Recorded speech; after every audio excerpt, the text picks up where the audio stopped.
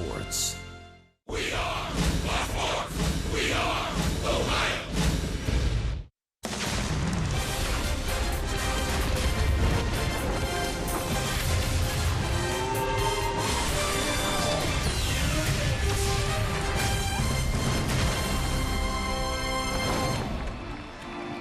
The sun is shining brightly, but to borrow a line from the Four Seasons, oh, what a night last night. They went 13 innings, over 5 hours of baseball before the Atlanta Braves finally beat the Reds in 13. And we're back hours later to play Game 4 of the 4-game series on Fox Sports Ohio. Hi, hello, and welcome to Atlanta, everyone, along with the crafty left-hander Chris Welch and Jim Day. Jim is awake. He will be with us in a little while. We're here for Reds baseball. What a night last night. Some good, some bad, and some ugly, Chris. The end result, the Braves win 1-13. Well, the Reds certainly had some opportunities, and so did the Braves along the way. I thought it was a very entertaining game overall. There were some discussions about baseball rules. There were some great plays. There were some guys that came through in the clutch. Overall, a very entertaining 5 hours and 13 minutes. Freddie Freeman had a big night hitting for the cycle. Tucker Barnhart made one of the best plays of the year, a brilliant play to get a force and keep the Reds alive. Then in the 13th inning, Peraza gets his first RBI as a Red. It's a bases-loaded walk, and the Reds have a 1-run lead. Votto added a base hit to give the Reds a 2-run lead. Then in the bottom of the 13th, Chase Darno off Alfredo Simon with the bases loaded. His base hit goes past the stretched effort of Tyler Holt. The Braves celebrate a walk-off victory. The final score 9-8 in 13 innings. And there were the 17 runs, the 30 hits, the 5 errors, and a whole lot more. End result, it was one of those nights that we'll remember for a long time. Well, you remember little bits and pieces of that. You may not remember that it ended about 1 in the morning and the fact that you had a day game at noon the next day.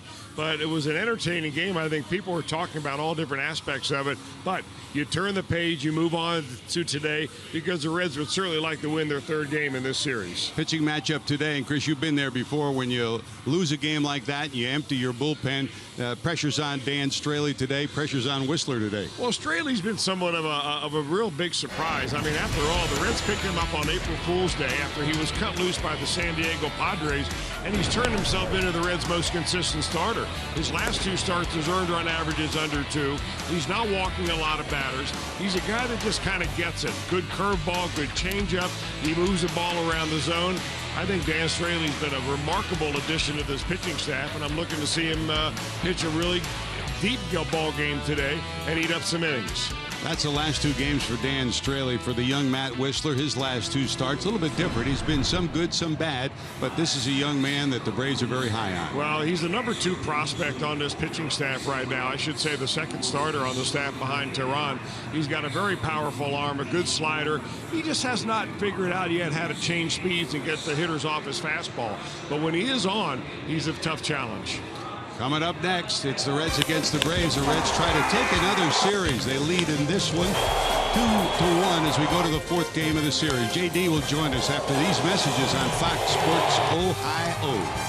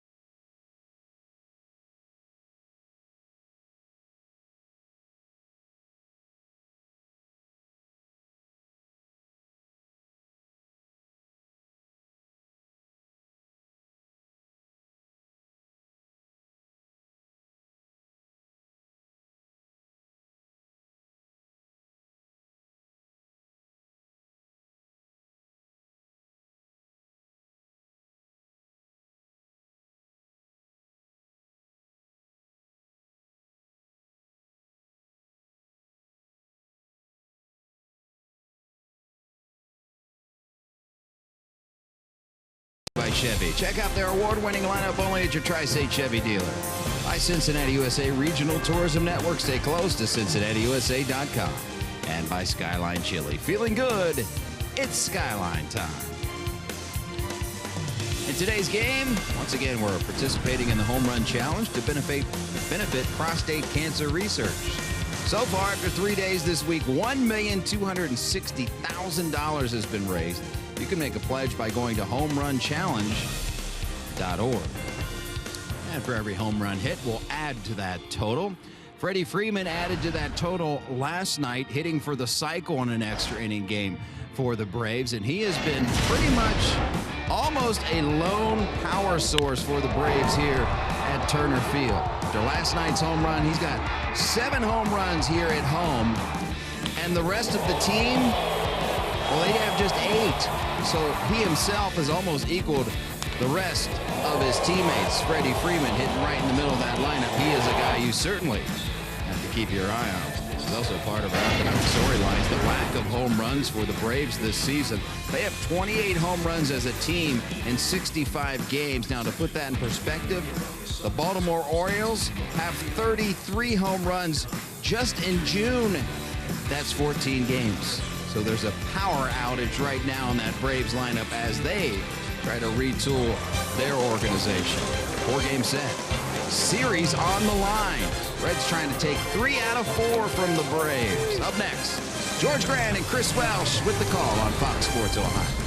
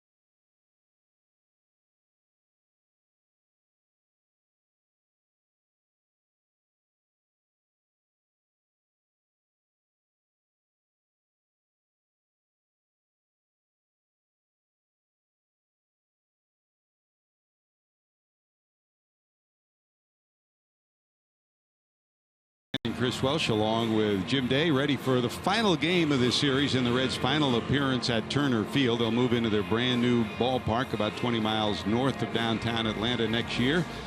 There's a lineup for Brian Price. Zach Cozart, who did not start last night, he did pinch hit in the final inning. He'll lead it off. Joey Votto had an RBI in that 13th inning. Phillips, Duvall, Waldrop starts for Jay Bruce, Peraza, De Jesus, and Barnhart. That's your lineup. First pitch swinging, Cozart pops this one into left field. That's a good start for the Reds. Broken bat, but a base hit, so the Reds get a base hit and the first batter on. Here's the right-hander for the Atlanta Braves, 23 years of age, a native of Bryan, Ohio, a guy who came over from San Diego, Chris, and they like him a lot. Well, they thought that he would really dominate last year, and what happened was that just a handful of bad starts kind of ruined his overall record, but he's got a lot of promise. There's Joey.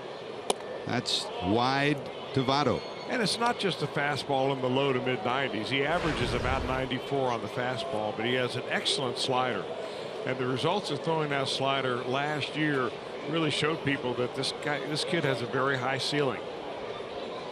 Votto 2 for 5 last night. A couple of walks, including the RBI in the 13th that gave the Reds a 2-run lead.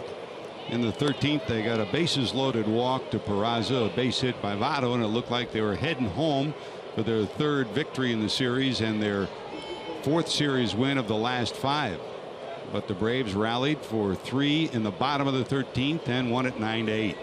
2 balls, no strikes. Votto had 2 walks before the base hit, so he continued to stretch his consecutive on-base streak now to 16 after yesterday's ball game. Votto likes to hit occasionally on a 3-0 count. Would not surprise me at all to see him let it loose here if he gets a fastball that he likes. Middle of the infield, double play depth. Here's the 3-0, tries to hold on it. That's a strike. Barked out by the home plate umpire and the crew chief Jim Joyce. Adam Hamari's over at third, Laz Diaz at second, and Marvin Hudson. Rather, Hudson over at third, and Diaz will be at second. That's up high, ball 4, so make it 17 straight games for Votto, and the Reds quickly have 2 on. Check your Ford defensive alignment for the Braves. 5 errors in last night's game. Errors contributed to runs for both teams.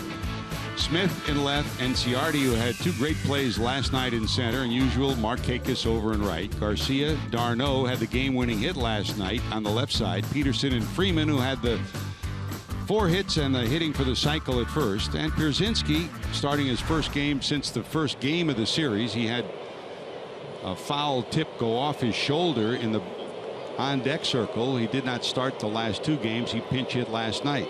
Here's Brandon. Fouling this one off to the right side. Phillips 3 for 5 in the game last night. He exited before the game ended in a double switch at 264. 6 homers on the year, and those 27 knocked in. The Atlanta area native. A lot of family and friends at the ballpark the last couple of days. In fact, Chris, when we looked around the ballpark, I think there might have been more Reds fans here last night than Braves fans. Some loyal Reds fans around. Well, at the end of the game, you could have counted them. That's a bouncer through the middle, rounding third, coming to the plate, and it's bobbled in center field by Ciardi, but he wouldn't have had a play anyway. So quickly the Reds do some business. Cozart scores, and the Reds lead it 1-0. Phillips gets an RBI, his 28th of the year. Well, Brandon, who has grounded into 8 double plays on the year, did not want to see that happen again. So he goes right back through the middle, just beyond the diving second baseman, who had him shaded that way anyhow. So the Reds get the first run on the board, and Whistler has yet to get an out after the first 3 batters have come and gone. Well, here's Adam Duvall. Duvall last night, 1 for 4, sacrifice. Came up with 2 nice plays in the outfield. He usually does that. He continues to lead all major league left fielders in home runs, 18. Ryan Braun of Milwaukee next on the list with 11 in the National League. He leads in RBI too, 45. That's 13 better than the next left fielder. That's the kind of impact he's had in this Reds lineup. Well, you've got to start admitting to the fact that it is getting more and more likely to see Adam Duvall as the Reds representative to the All-Star game. Hit pretty good right field. Markakis going back, got a beat on it at the warning track. He's got it. Both runners will tag and advance, so it'll be second and third. No sacrifice fly according to the rules, but that's the second time in this series that Duvall has hit one deep enough to advance 2 runners. And it's another one of these in this series that if he hits that ball at Great American Ballpark back home in Cincinnati, it's a 3-run bomb. That's probably the 4th ball in the last 3 games that you could chalk up like that. So Duvall moves the runners over. Now a base hit can plate 3. And it's Kyle Waldrop's turn. Waldrop's in for Bruce. And in a night that went 5 hours and 18 minutes, he's the only guy that didn't play for the Reds. The only position player that didn't get in.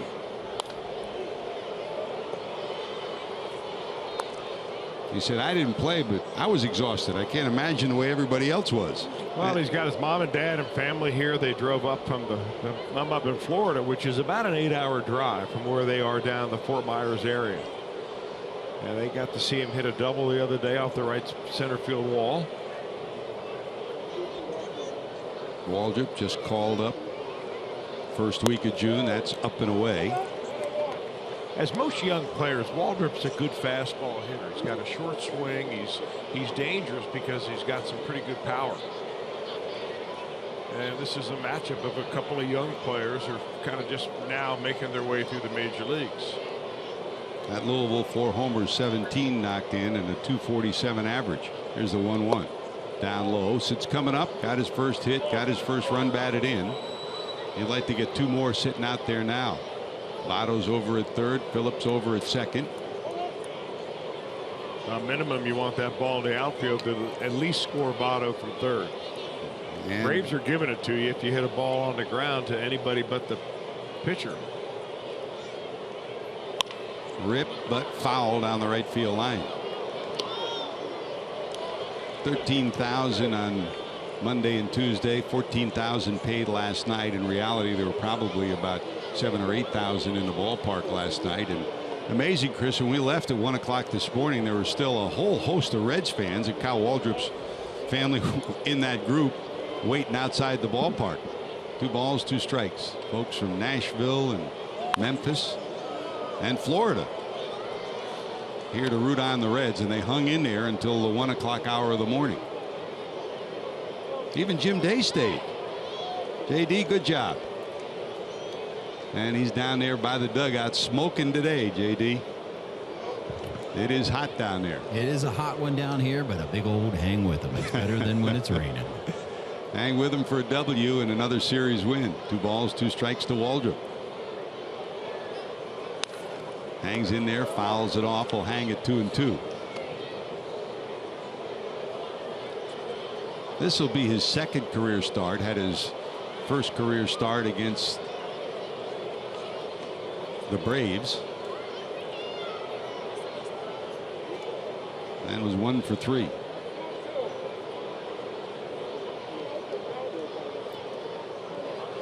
Two balls, 2 strikes.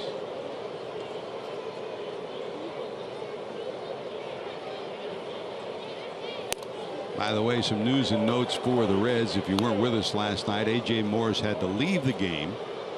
Pain in his throwing shoulder, his right shoulder. He's been sent back to Cincinnati for examination today. He's on the disabled list. The Reds recalled from AAA Louisville again Diane Diaz. Billy Hamilton still not activated today. He remains on the 7-day concussion list. Full count to Waldrop. They got it. There's your second out of the inning. Waldrop retired.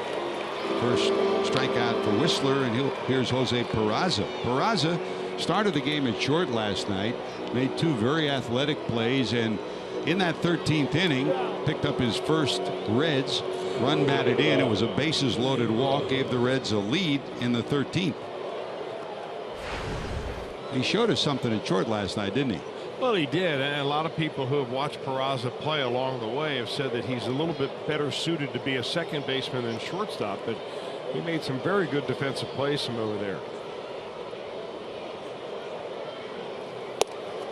But Phillips has a monster lead out at second, and now the middle of the infield, D'Arnaud and Peterson talking to each other, trying to hawk him back a little bit. I mean, he was almost a third of the way towards third.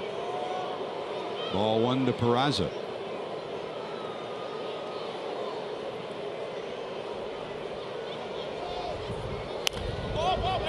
Popped up right side, curving. It'll be in the seats and out of play.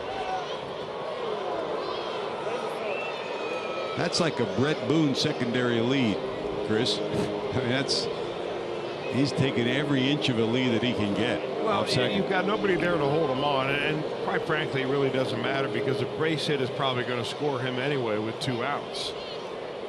So the infielder's not willing to give up their spots where they're supposed to play defensively in order to try to keep him close. At this point, Whistler's just trying to get it out to get out of the inning. 1 ball, 1 strike. Setting up away is Brzezinski. Slider away, swing and a miss, and it's 1-2. That's a very good swing and miss pitch for Matt Whistler. He throws a lot of fastballs, about 63% or so fastballs and about 30% sliders. He'll mix in an occasional change in curveball, but mainly fastball slider. Check swing, dribble down to second. Peterson has it, and he'll get out of the inning. So minimal damage for Whistler. 2 hits and a walk, but the Reds get only 1 and lead it 1-0.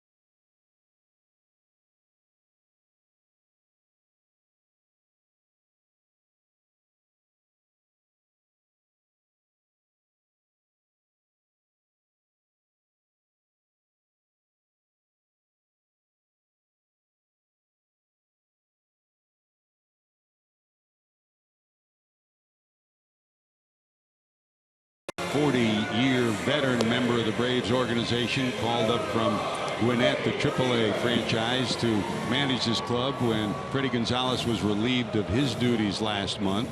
Here's his starting lineup. Malik Smith, the speedy outfielder, will lead it off. He was 2 for 7 last night. Ender Enciarte will bat second. Freddie Freeman, fresh off the cycle, hits third. Markakis, Adonis Garcia, Jace Peterson, A.J. Brzezinski, the veteran catcher, Chase Darno at short, and Whistler, the pitcher, bats in the ninth. And some things are left unsaid, Chris, and I think Dan Straley knows his role today, huh? Well, the biggest surprise for the Reds, really, and the pitching staff all year long has been Dan Straley. They need him, however, more than ever today to eat up some innings after using 7 pitchers in last night's ball game. It is a tired and beleaguered bullpen. Straley delivers a big breaking ball, and it snowballs in 2 strikes. Straley's one of those guys that is really hard to guess along with because he throws so many different pitches. And not only different pitches, he throws a curve and a slider and a changeup and a couple of different kinds of fastballs, but he moves all of those pitches around the zone. 1-2. Fouled off. One of those rare pitchers that really will throw his breaking ball to both sides of the plate. The slider, that is, and likewise for the curveball.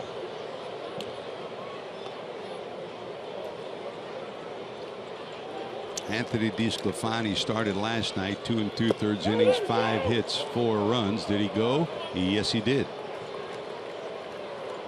So Malik Smith is retired. That's the first out, and here's Ender Enciarte.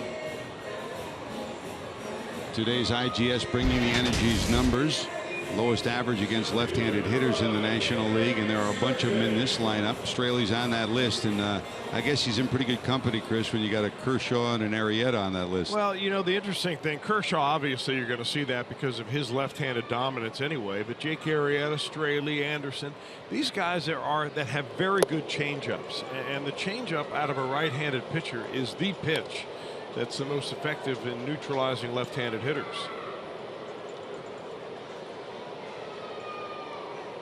One ball to Enciarte, 2 for 7 last night. His contribution defensively, though, was superlative. 2 great plays, including a diving catch of a Tyler Holt line drive that he turned into a double play.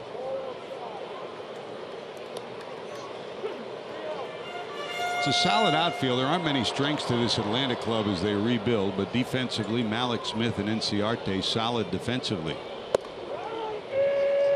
That's a strike. And one of our favorite strike calls behind the plate today, Chris, Jim Joyce, will let you listen in on him as he barks out a strike from time to time. 3-1. Popped up in the infield, shading from the sun is Cozart, and that one's right smack dab in the sun, 2 away. Here's your poor defensive alignment for the Reds. In the outfield, couple of changes. Peraza moves from short to center. Duvall as usual in left, and Kyle Waldrop replacing Bruce in right. Ivan De Jesus gives the struggling Eugenio Suarez another day off. Cozart at short. Phillips and Votto is usually on the right side, and behind the plate is Tucker Barnhart. Peraza in center field. He played center, second, and short down at AAA. Swinging and fouling it off is Freeman. He was the matinee idol last night, and he's had a great series. Last night, 4 for 7, 7th Brave to hit for the cycle, first since 2008 when Mark Kotsay did it. Before that, it hadn't been done since the 80s, 87 when Eric Davis did it for the Reds. Albert Hall did it back in 87. 0-2. Rip. Can they get there? It'll drop in front of Waldrop. So he's been spraying line drives all over this park all series, Chris. Now it seemed like both the big left-handed boppers in each of these lineups have had their share of line drives, and he hits one right to the other guy who's been very hot in Jay Bruce. I think we figured out he can hit it down and in. A little humpback line drive right there. I mean, he rolls over his left hand on top of that, gets some downward spin, and for whatever he was lacking before the Reds came to town, he has found the answer. Amen. The only 2 spots in this lineup that really haven't changed this year are first base, where Freeman is encamped, and right field, where Markakis is encamped. Nick, after his long career in Baltimore, signed a 4-year deal 2 years ago, and he's just about the everyday right fielder. Freeman the everyday first baseman, but every other spot's changed dramatically as the year evolves and the Braves rebuild. Markakis 243, a homer, 34 knocked in. Nowhere near the power he had early in his career, where you penciled him in for 20-25 homers. Had multiple injuries that have really sapped him of that power. Ardanis Garcia on deck. Markakis 2 for 5 in the 13-inning game last night. Remember, we used to come here, both Turner Field and here, and you'd always have the microphone behind home plate, and the one thing you'd always hear would be Bobby Cox cheering encouragement to his players. I mean, you know that Cox is a Hall of Fame manager. Here's the 2-1.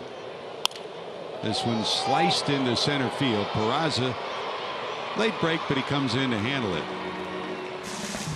Base hit, nothing to show for it. Reds lead 1-0. De Jesus will lead it off.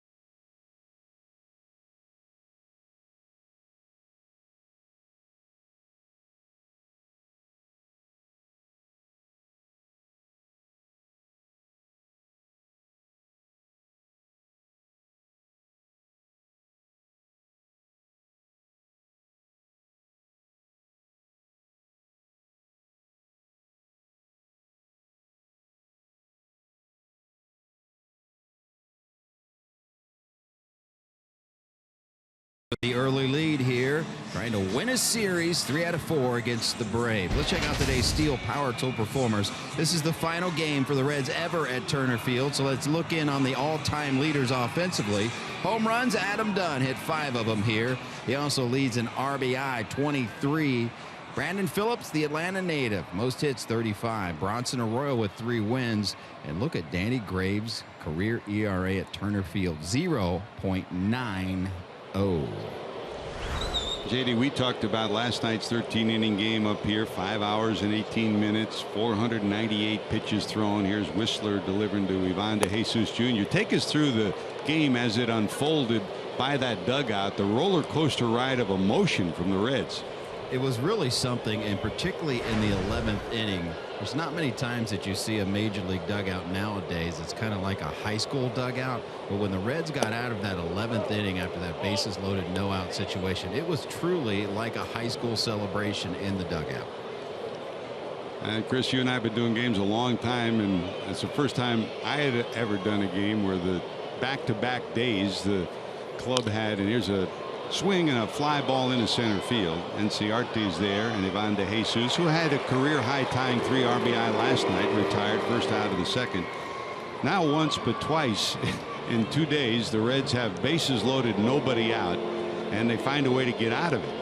Unbelievable. And finally in the 13th they were unable to do the same thing. The Braves loaded the bases against Alfredo Simon and came from 2 runs down to win by a run.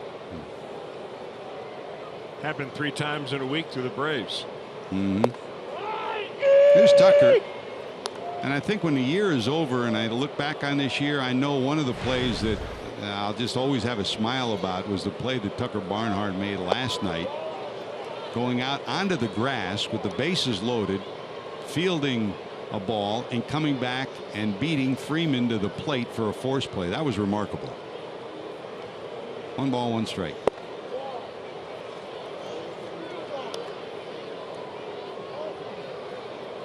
Barnhart did not start yesterday's game. He came in midway through the ball game, had the last 3 innings. 2 balls, 1 strike to Tucker.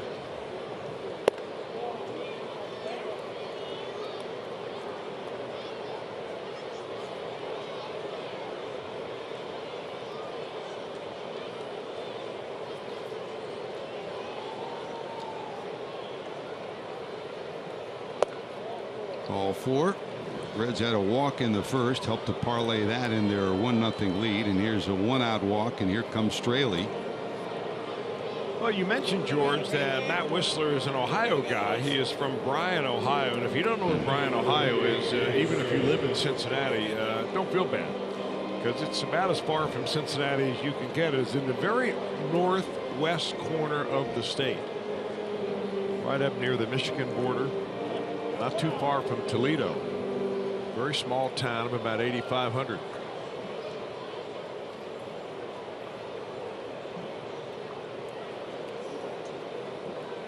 You know, Kent Merker would know where that is. Trying to drop a bunt down. Kent knows a lot of things that surprise you that he knows. That's right. Merk would know. He may not have anything to do with real life, but I mean, he knows a lot. Anyway, Bryan, Ohio is known as the Fountain City. That's our here history in Williams lesson. County. And when I tell you what they're famous for, you're going to realize, oh yeah, I wonder where those things came from. And one would be that of all the dum-dum suckers that you see around, the little lollipops you pick up at bank lobbies and hotel lobbies, they are from Bryan, Ohio. There's the 1-1. They get a bunt down. Good sacrifice from Straley. The Reds have struggled to get productive at bats from their pitchers, but Straley gets one down here. So 2 outs. Runner down to second base, and back to the top of the order, Cozart. And so is one of my all-time favorite toys, the Etch-a-Sketch. Oh yeah, made by the Ohio Art Company right there in Bryan. Just speaking of fountains, a fountain of information for us today. Well, you know, it's famous for a couple of big people too. Sam Hornish, who won the Indianapolis 500 in 2006, came from Bryan, Ohio, as did Horace Prettyman. And I'll let you think about Horace before I tell you why he's so famous. Can't wait. Here's Cozart, single first time up. JD, you see, we went back and slept last night after the game. Cristoforo went back, got on his computer, and just dialed up. What kind of information? Minutia. There's the 1-0. Towards the hole. Garcia has it across the infield in the dirt, but scooped by Freeman. So the Reds will strand a runner. They've stranded 3, but lead it 1-0 as we go to the bottom of 2.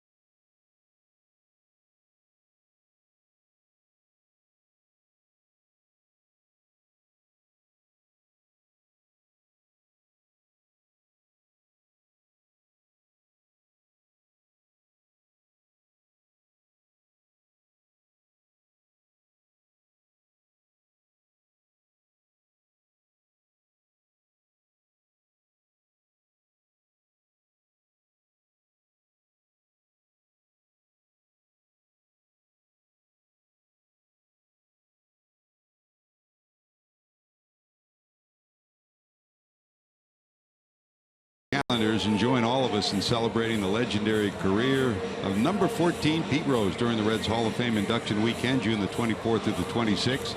Sunday the 26th, arrive early for a special on-field ceremony to retire Pete's number 14. For tickets, call 513-381-REDS or visit reds.com. Pete's excited. Everyone around the Reds is excited. Here's Straley going back to work. Pete, by the way, will talk to the fans from the field all 3 days. On Friday, celebration of the 76 team. Over 20 members of that 76 championship team will be there. Fireworks synced to music from 1976. Welshie, you'll be grooving in the booth that night.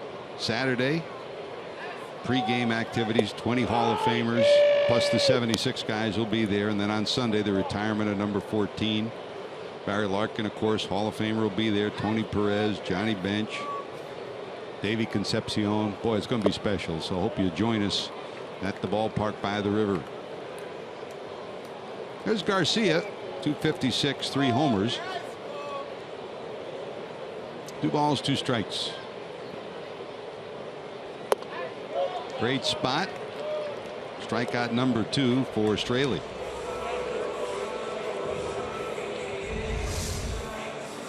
Australia really mix him up, and that's a little slider that he has. He's got the strikeouts off the left-hander with a changeup to start the bottom of the first inning.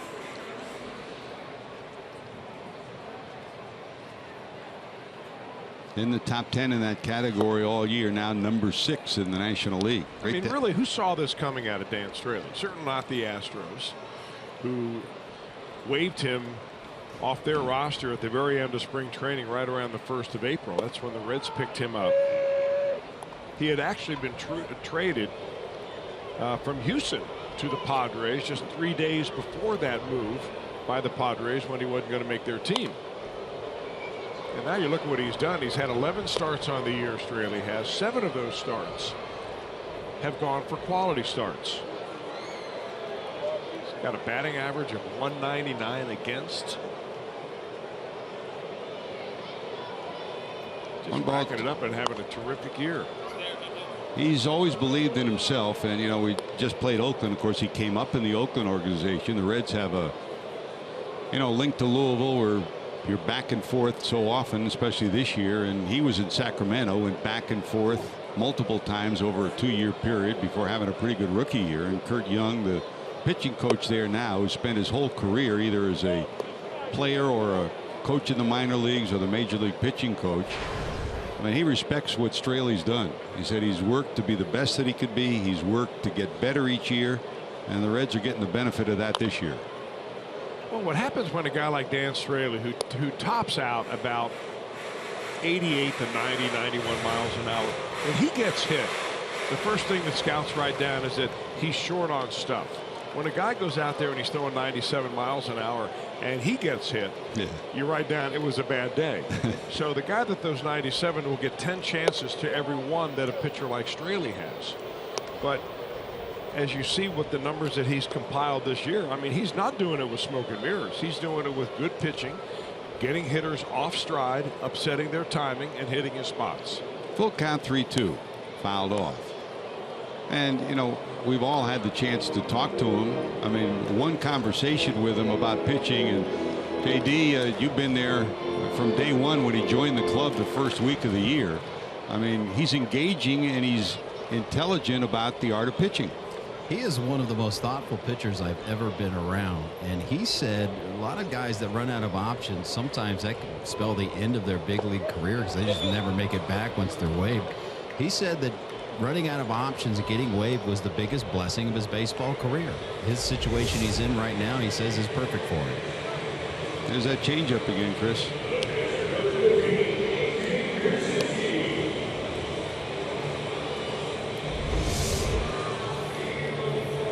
Three strikeouts, 2 away. Here's Brzezinski. He's the only guy that's seen Straley for any length of time back in the American League. He's 4 for 10 and a homer against him. Braves have a whole lot of young pitching coming up, some good young position players. The one thing, talking to Eddie Perez, the first base coach and a brilliant defensive catcher for the Braves for many years, the one thing they don't have down below are a lot of prospective major league catchers, and that's something that, just like the Reds, they've bulked up the last couple of years drafting catching. The Reds have done that too. There's Eddie over in the third base box. Bo Porter, former manager in Houston, where the Reds will be heading after today's game. 1-2.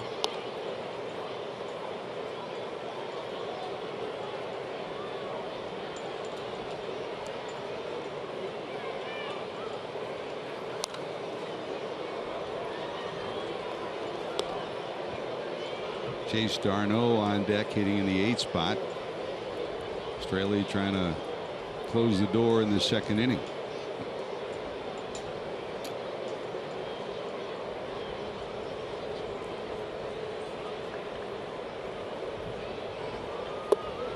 Strikes out the side. 4 strikeouts on the afternoon for Straley. Votto up when we return.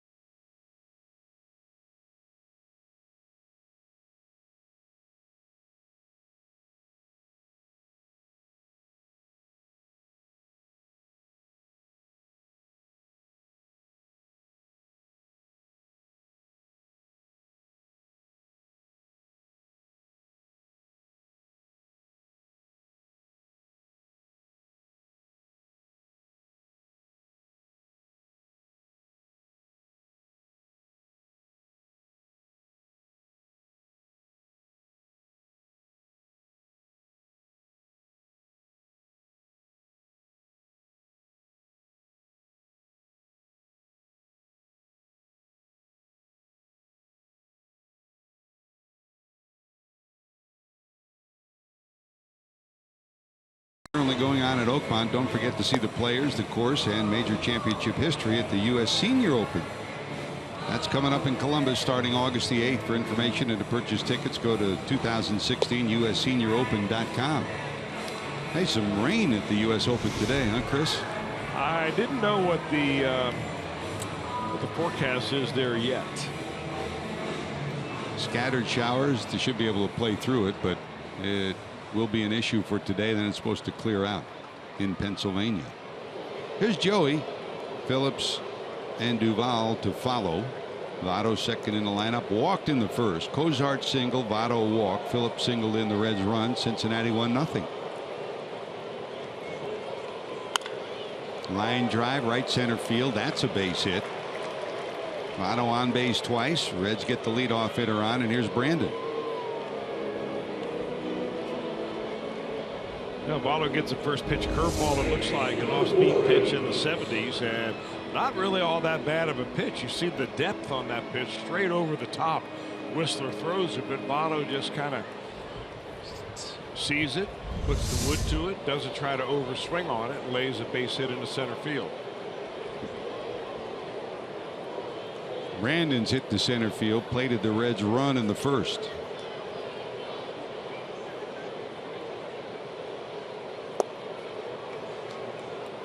Strike one to the Reds second baseman.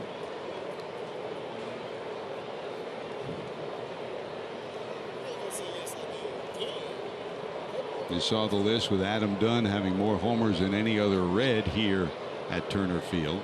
Brandon has never homered here, but he leads the Reds in runs batted in. Hey, George, want to send out our best wishes to an old-time colleague of ours and one of our favorite broadcasters. For 41 years, he's been the voice of the Indianapolis Indians, Howard Kellman. Howard's recovering from a heart attack that he had last Sunday. Has not been back yet to resume his broadcasting, but I'm sure he will be. And Howard, we're wishing you the best. Sure do. We just learned about it today. There's a rifle down the left field line and into the seats. I mean, we say it often, Chris. There are a lot of great young broadcasters, great broadcasters that broadcast in the minor leagues that aren't in the majors but are major league caliber. Howard Kellman is one of those guys. I mean, he was doing the games when you were playing. Yes, he did. When I played for the Indianapolis Indians in the 80s, he was there. Been a loyal employee to Max Schumacher and everybody at Indy. Get well. We look forward to seeing you back at the ballpark, Howard.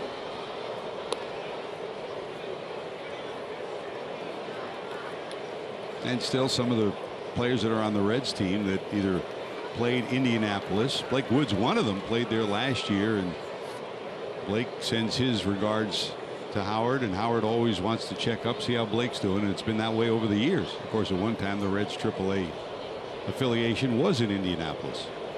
They've been pretty fortunate to have Indy and Louisville all these years. No balls, two strikes. Hit hard, smothered down at third. They'll get one at second, and they'll turn two. Votto erased. Phillips leads the Reds in grounding into double plays again this year, usually a stat that he'll be high on. Two away, and here comes Duvall. We were talking leaving the ballpark last night, met a fellow from Nashville, and you forget about Nashville was the Reds AAA team years ago. I think Sabo came through there. You were affiliated with the Reds when they were in Denver at AAA. So the affiliations change, but the memories stay the same, and the fans, it's funny how you link up. No balls, one strike to Adam. Fly ball to right. He advanced two runners. This one hit deep to left. Going way back. Balak Smith looking up. Forget it. That's gone.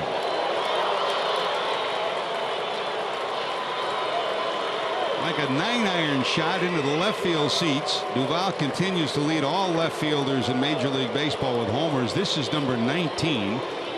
And run batted in number 41. That's a sweet swing, Chris. I'll tell you, it is. He just doesn't look like he's trying to overpower it. He's not putting too much of his body into it. He's letting his hands really work. A little hanging breaking ball right there. One of those sliders that as soon as it comes out of your hand, I'm sure that Matt Whistler said, come back. And that one is not coming back.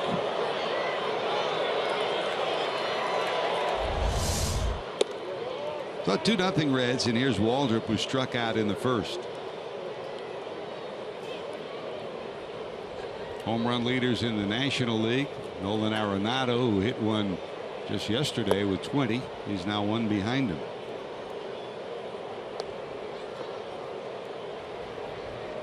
Tell you, those guys are exhausted, Chris. I mean, these two teams, and especially the Reds, on the road after last night's game, hot and humid, and it is smoking again here today. Trying to eke out a win here. Hopper down to second. Peterson has it. That'll do it. But the Reds get a couple of hits.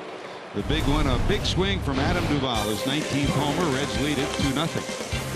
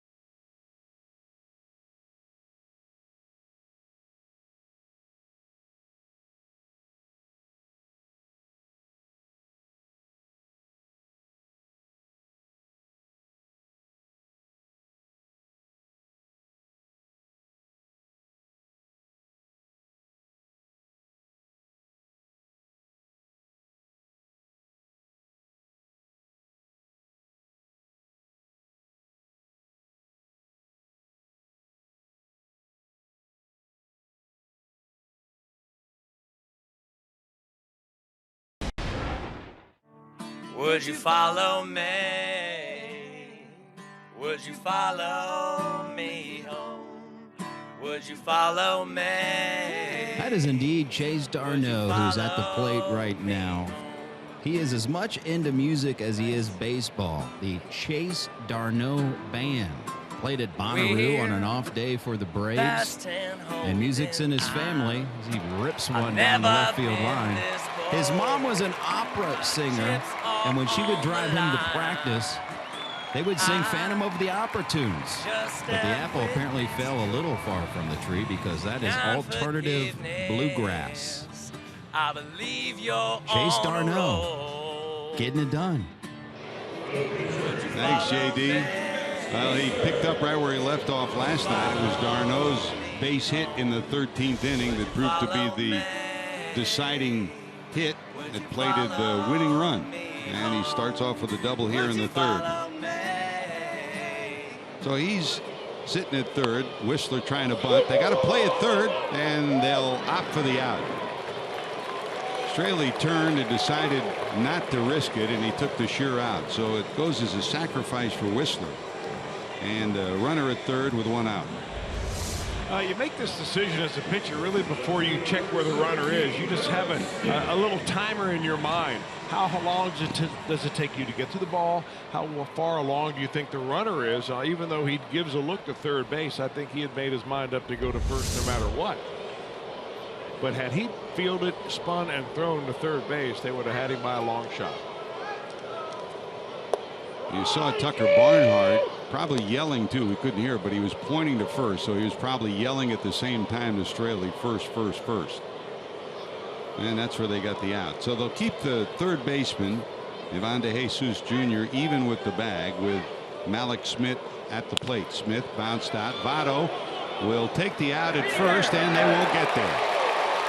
A run will score, and Smith will be safe. It's kind of like Billy Hamilton. You got to be perfect with speed like that. I think Straley got a little distracted, actually, with the runner at third base, that slow roller right there. He thought probably when it came off the bat that Votto was going to go to home with it. And you see a couple of hesitations there by Straley, even getting out of the pitcher's circle. And with Smith running, one step of hesitation, and he's by you.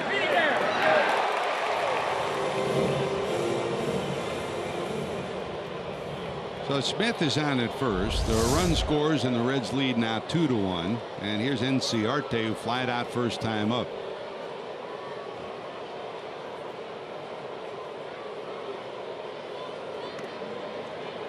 Smith, one of the Major League Baseball leaders as a rookie in stolen bases.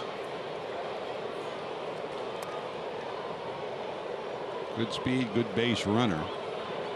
And out of the box like a rocket, as you saw.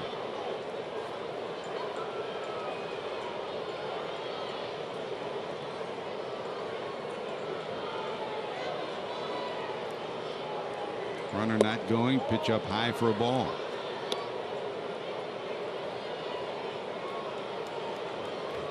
Phillips and Cozart double play depth middle of the infield.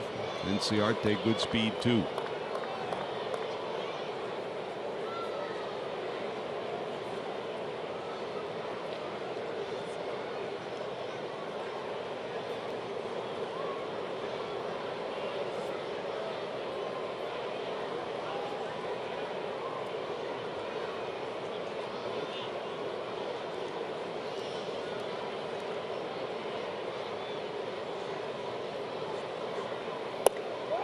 That's a strike.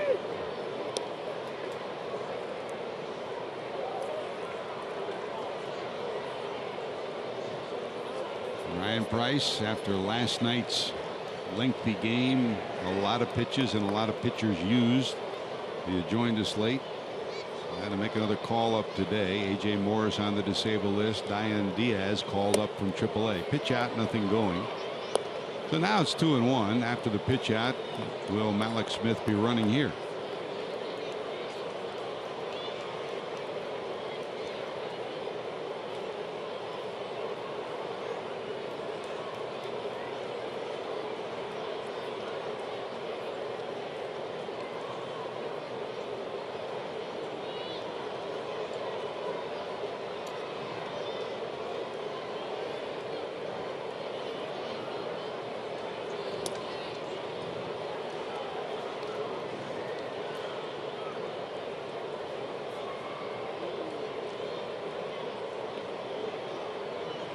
Red hot Freddie Freeman on deck.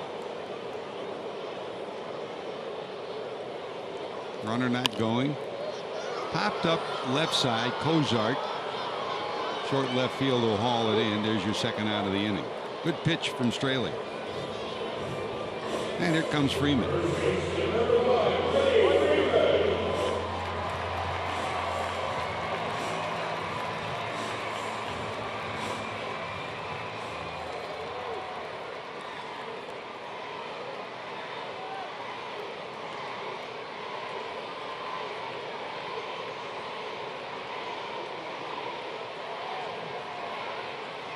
You can hear the chant, Freddie, Freddie, Freddie. A whole bunch of school kids here at the ball game today. And the Braves have always been a team, just like the Reds, that have been inclusive in their communities. And the Braves do a lot of work with local schools here. And Chris, I imagine that's going to change somewhat because a lot of that work's been with some of the Atlanta inner city schools as they move up to Cobb County next year. One strike to Freeman. Freddie hitting for the cycle last night with 4 hits and singles sharply his first time up. There goes Malik Smith. Here comes the throw. Shot at him, but not in time. Compact base runner. Another stolen base for Malik Smith, who leads all rookies with now 12 stolen bases. Well, a decent lead right there and just a good jump. That throw's got to be right on the money, and even if it is, it doesn't get Smith. He's going to have a bundle of stolen bases before his career is done if he continues to run the way he has so far in the series. He's been effective in the series. That is his 4th stolen base in the series. The Braves have now stolen 11 straight and 15 of the last 16 for a team that underachieved with a running game prior to the month of June. And it's pretty obvious that Brian Snitker's had them running more, hit and running, running and hitting, kind of push the envelope a little bit for a team that's next to last in the league in runs. High in the air to right. Back is Waldrop at the wall. Unbelievable. Freddie Freeman is having a career series against the Reds. 3 hits in game 1. He came a triple shy of the cycle. Then in game 3 of the series, he hits for the cycle, including a homer. And here is his 12th homer of the year, a 2-run shot, and the Braves lead it 3-2. Well, it looks like a changeup that Straley just kind of guided in there, and all you've got to do is stay back on that. The way that Freddie Freeman is seeing the ball right now, he doesn't jump at anything, and it just kept carrying and carrying, and just like that, the Braves have taken the lead. Well, Freeman's 2 for 2 after his cycle last night. There's the 1-0 to Markakis. That's a strike. 1 ball, 1 strike.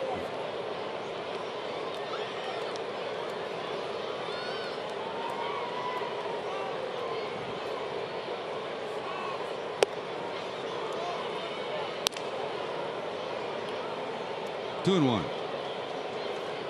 Boy, he is on fire.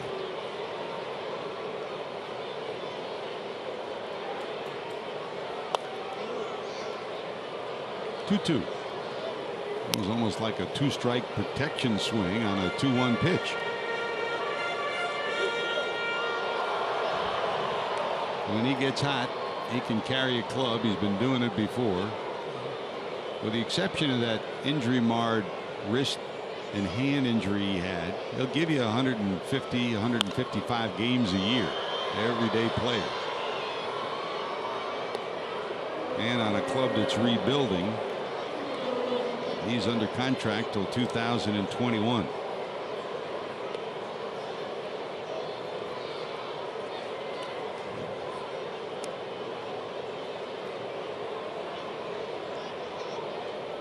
Jim Lovell, the assistant trainer, next to him, and everybody's trying to stay hydrated this week. High in the air to center field. Peraza has a beat on it. But a 2-out big swing from the big first baseman, a 12th home run, and the Braves lead it 3-2.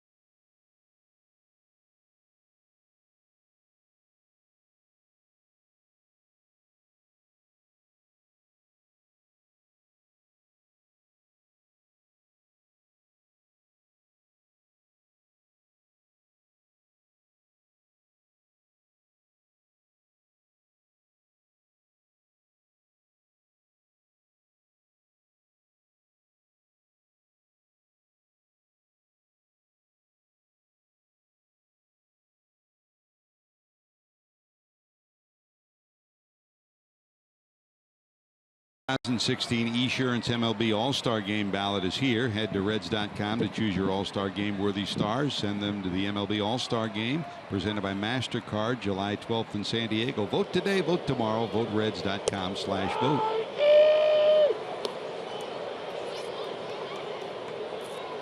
So Whistler at one point trailing 2-0, now has a 3-2 lead as we head to the top of the fourth. Jose Peraza bounced out first time up for the second time, and it's no balls, 2 strikes. Great to have you with us. George Grand, Chris Welsh, Jim Day. Down in the truck, Josh Hall, our producer, Brian Hunterman, our director, Matt Sigafus dialing up some highlights. Lauren White with some graphic support as well. That's in the dirt on what has been a very busy 24 hours. Great job, everybody down in the truck, and all you folks up here too, and our camera operators and video folks. Long night last night, over 5 hours, and everybody hung in there. 1 ball, 2 strikes. And Peraza strikes out for the second time. Speaking of the All-Star Game, Chris, here's the updated balloting, and as it has been, the Cubs continue to rule. Cespedes, Harper, Fowler in the outfield, Bryant, Russell, Zobrist, Rizzo across the infield, and Yadi Molina behind the plate. Zach Cozart is 5th in the shortstop balloting. And the way it's appearing, the only representative that the Reds will have will probably be that one lone representative that each team must have. And I guess if you're voting right now, sure, Adam Duvall deserves strong consideration for that role. So you're one of those people, George, that feels that being named to the All-Star team should be a reward for having a good first half of the season. Yep. Okay, so if that's the case, what do you do to reward a guy for having a good second half of the season besides arbitration? You hit the nail on the head. You can't have everything. So give me you want the money, day, right? You want the money, or you want the All-Star Game goodie bag? I mean, the other way to look at it is say, well, don't you just want the best 9 players in the league out there representing the league? And it might be a veteran player that had an MVP season last year, but is having an off season this year. Well, I think a lot of people vote that way anyways. The All-Star ballot. I mean, even when it was just a player's vote, it's always been that way. There are some players, you know, Ken Griffey Jr., Derek Jeter, every year, no matter what they're doing in the first half, they're going to get a lot of votes. Here's the 2-2. That's slapped foul by Ivan De Jesus Jr. But the Reds are only going to get 1 representative. It'd be one thing if it was the Big Red Machine year, where you know 2, 3, 4, 5 players are going to get in. Here, you know the Reds are probably only going to get 1 player. That's the mandatory player from each team. So who's the best? Who is your All-Star from the first half?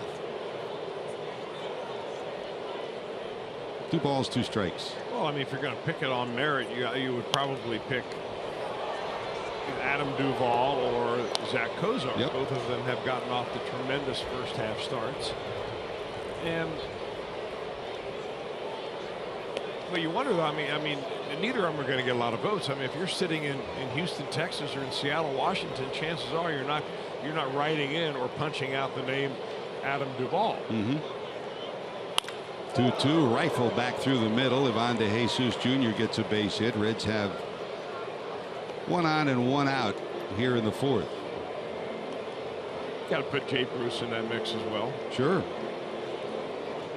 The only difficulty is there are a lot of teams, and it's going to be very difficult. That's when you're not having a good year, the chances are you're only going to get 1 player. And even when your team is not having a good year. When your team isn't having a good year. Well, there's a whole bunch of teams out there like that this year. In Yep. fact, you know, if you start looking at the teams at the trading deadline, who will be sellers versus who will be buyers, there will be an abundance of sellers this year, it appears, compared to years past. So consequently, if you have a player that you're going to trade, you may not get as much this year as you would normally because there's more on the supply side. 1 out, 1 on. Here's Barnhart, who walked in the 2nd.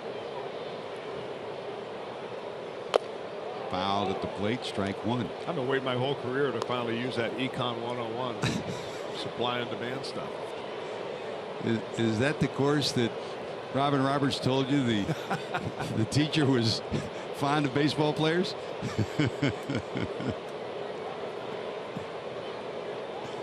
Thank God. That's the only way I got through chemistry. No balls, one strike. At least you got through.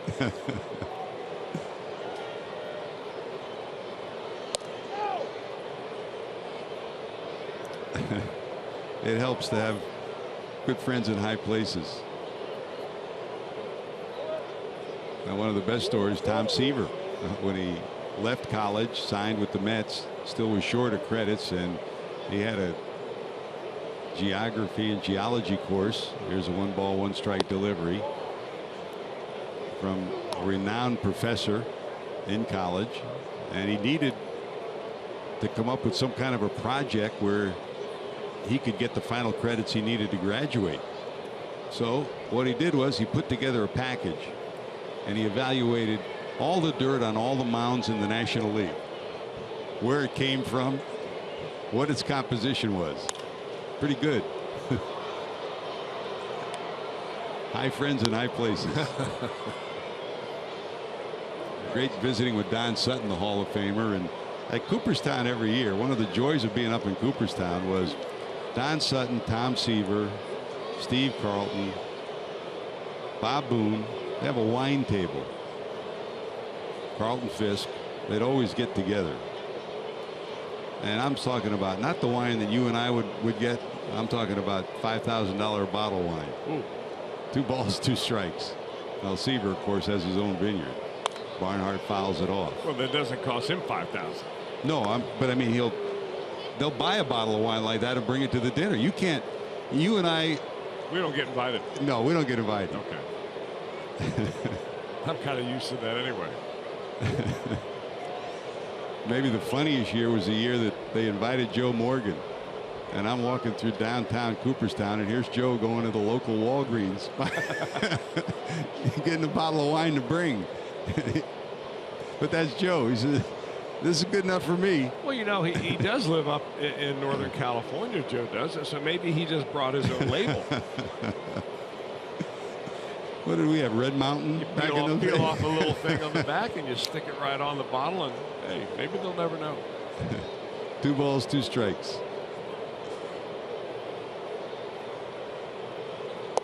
Down and away to Barnhart. And it talk about sacrilege. There was the year that Willie Mays was sitting in the next table and saw the wine they were drinking, and I mean, you know, they're serious wine drinkers, so you clean the glass and everything. Willie said he wanted some of the wine. He came over, and his wine was half filled with whatever he had, and he poured one of the $5,000 bottles of wine, half of it, into his glass. They went crazy. 3-2.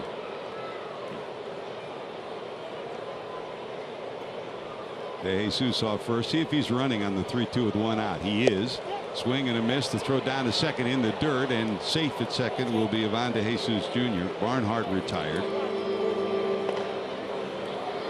Well, I'm glad you brought up Tom Seaver today. I mean, about the wine, but you know, this is the anniversary of Tom Seaver pitching a no-hitter for the Reds. Yep. Just 1 year after, almost a year to the day after the Reds acquired him in 1977, he pitched against the Cardinals in his 12th Major League season, a 4-0 no-hitter. One of the highlights as far as Reds history goes when it relates to Tom Seaver. And what it resulted in was one of the greatest friendship highlights in Reds history too. Johnny Bench and Tom Seaver.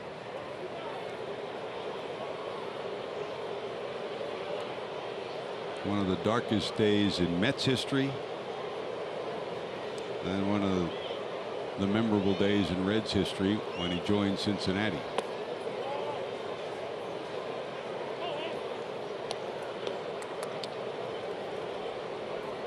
And the 2 side notes that it wasn't Johnny Bench who caught that no-hitter. And number 2, certainly changed the career of Doug Flynn.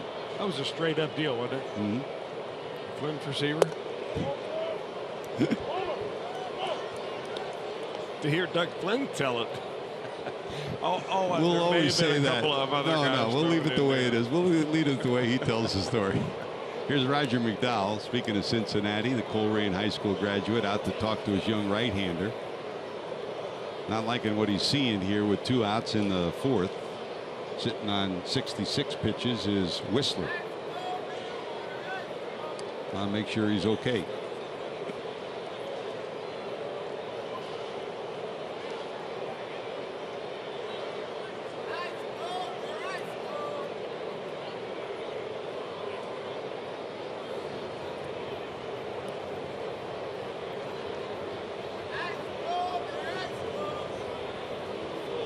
Strikeout of Peraza, base hit by Ivan DeJesus Jr., then his third stolen base of the year. Strikeout of Barnhart. And it's 2-0 to the pitcher Straley with 2 outs. Let's not mess around. The message from McDowell. You really got to like Whistler's delivery. He's got a nice quick arm. He's got easy arm action. Fairly clean delivery overall. And I'm wondering if maybe Roger McDowell's message to him is, you know, let's use your fastball a little bit here. It's so easy for a young player who, you know, has got a lot of expectations surrounding him, you know, for performance, to get up there and all of a sudden stop doing what you did in the minor leagues and you start overusing your breaking ball because it works a little bit up here. Swing and a miss. Reds pitchers are now 0 for 43 since their last base hit. Reds strand a runner. They've stranded 4, trail 3-2.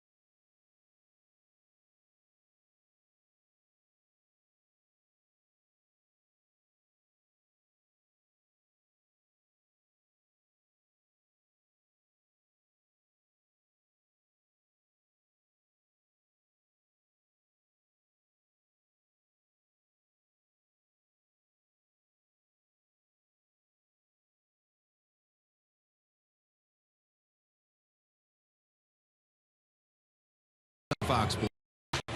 I'm Jim Day. It was an incredible game last night. That 11th inning where the Reds got out of a bases loaded, no out situation, and one of the best plays of the season turned in by Tucker Barnhart. Talking to him about this play, he said, yep, it ran through his mind when he was chasing down this ball like, oh, maybe I shouldn't have left home plate because he was the only one to cover.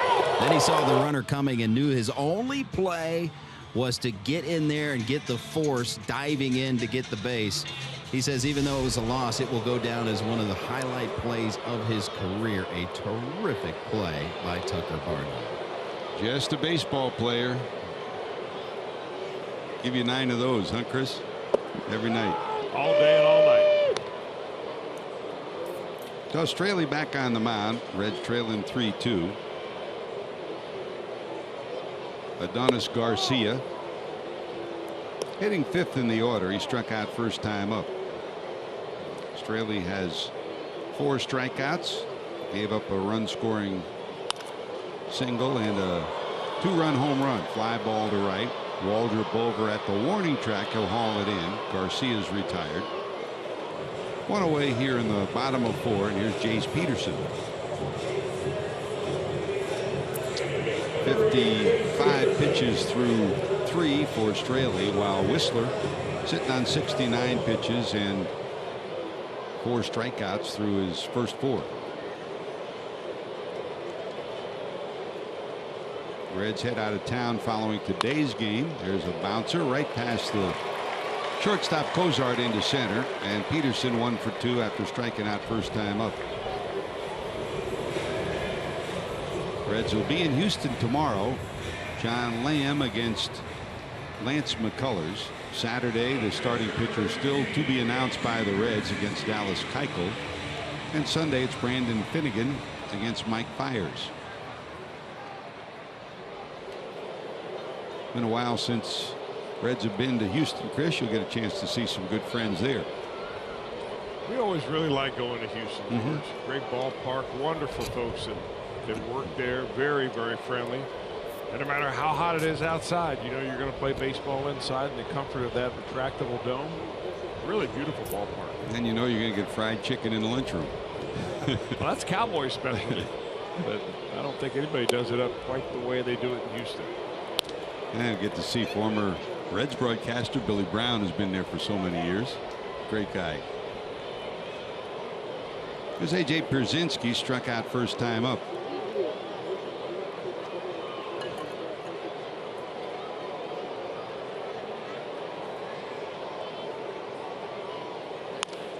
Slap to the left side. Is it going to be fair? It will drop foul.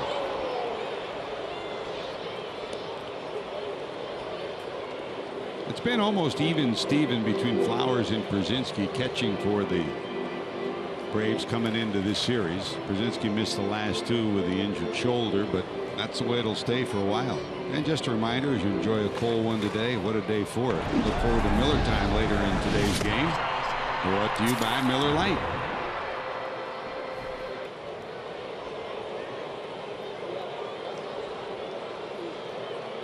JD, make sure you stay hydrated down there by the dugout.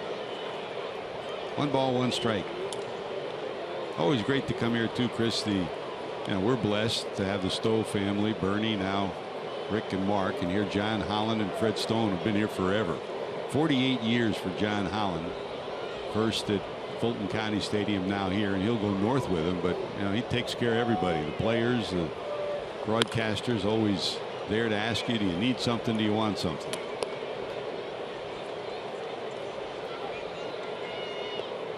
One ball, 2 strikes to Pierzynski.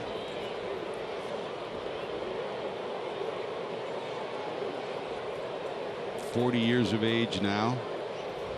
All told 7 teams bouncing around the major leagues over the years. Slap the other way and out of play one more time.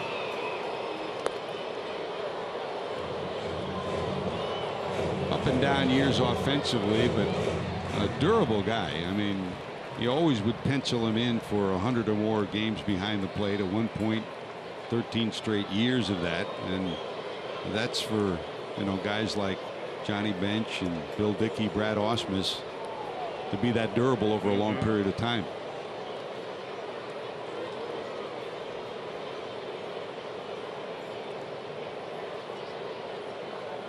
And it means you don't have any real serious injuries, which is tough to do in that position.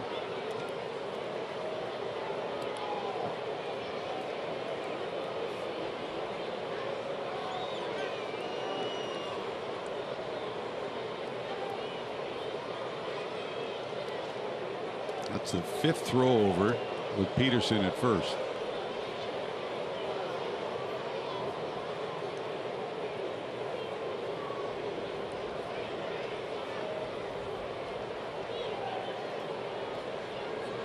And he bounces off the bag with a little bit bigger lead now. 1 ball, 2 strikes. Not going. Well, Straley doesn't really mix in a slide step very much. And this year he's been fairly good at keeping runners at first base, including the steal by Mallex Smith earlier this game. He has given up 5 stolen bases. Reds catchers have thrown out 4. That's a very good ratio of shutting down the running game. And they're trying to keep a double play in order with 1 out. There goes the runner, bounce down to first, and sending the runner will prevent the double play. You can almost pencil it in the way Brian Snitker's running this club. I mean, the speed guys are going to run, but he's got almost everybody running at some point in time. I guess that's one way of creating energy. It's a ball club that doesn't have a lot of pop. I mean, there's not much in the way of threats up and down this lineup. There are a few guys that can hit home runs, but for the most part, it's a team that's going to need a couple of hits in an inning, along with a walk or so, to get some runs on the board. So here's d'Arnaud, who's been the hottest hitter for the Braves since coming back from AAA. In fact, he had the game-winning hit last night, had a double to start the rally in the third. They'll walk him intentionally and face the pitcher, Matt Whistler. I guess that the Chase d'Arnaud band is what, alternative bluegrass? Are you allowed to call him a banjo hitter? That's a good one. Good job. B5. That's good. I'm surprised Jim Day didn't come up with that one. I think we just stole it from him. He was saving that for later.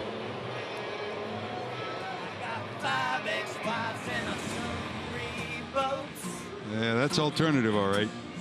I got 6 stepchildren and a little hoe. All right, d'Arnaud's down at first. Peterson goes to second. Here comes Whistler with 2 outs. This would bloop to the right side and out of play. Oh, and Brian Price asked you to, if you were available to pitch today after last night, you could have quoted the Toby Keith line. I ain't as good as I once was, but once I could be as good as I ever was. You got one in you? You know what, George? Everybody who's ever toed him out thinks they probably have one in. Yeah, I would prefer to have a screen, however, if that's possible. No balls, 2 strikes. Once I could be as good as I ever was.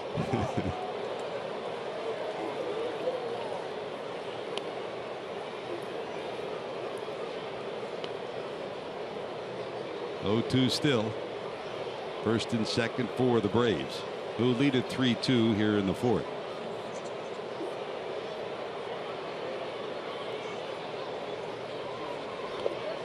Got him in the dirt, and Barnhart will pick it up and tag him out. So the strikeout for Straley.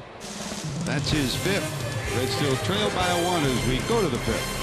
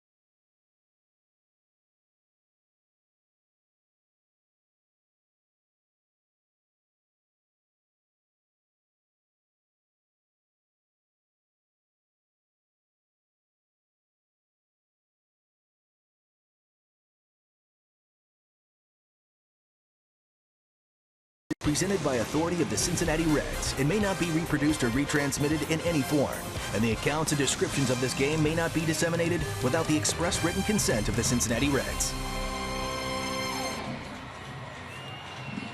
Thanks to Klosterman Bakery. Every Sunday Reds home game, you can get up to 3 half-price tickets when you purchase a full-price ticket. Bring the family to the ballpark for the next Family Sunday game. For tickets, call 513-381-REDS or visit reds.com/family.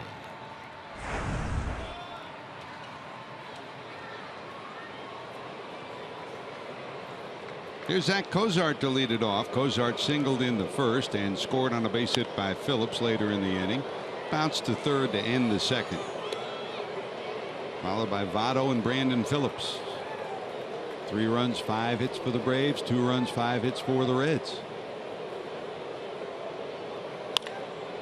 Line drive right to the second baseman. Peterson has it, and there's one away here in the 5th. Peterson will get most of the starts at second base now that Kelly Johnson, if you missed that last week, Johnson traded from the Braves back to the Mets. And this Braves organization has always brought back Georgia and Atlanta area natives. Johnson one of those, and of course now Jeff Francoeur back here. The other side of that, Chris, is there's a whole lot of great ball players that come out of the state of Georgia. I mean, what, they're like 90 more drafted this year during the draft. Of course, they have such a tremendous amateur program here, a place really where a lot of amateurs end up coming down for showcases and tournaments. The East Cobb area, famous for many years, is hosting some of the biggest and most lavish amateur baseball tournaments of all different ages. Votto bounces this one into right, so Joey's been on base 3 times, a walk and 2 singles, single to center, now single to right. In fact, the Reds young outfielder Trammell from Georgia too. It's a fertile ground for outstanding athletes, not just baseball players, 3-sport athletes. Well, the Perfect Game organization has built a tremendous complex here also, and they host a bunch of different showcases. However you feel about showcases, good or bad, but this is certainly a place where people get looks by professional scouts and by college scouts. Here's Brandon, singled in a run in the first, bounced into a double play in the third.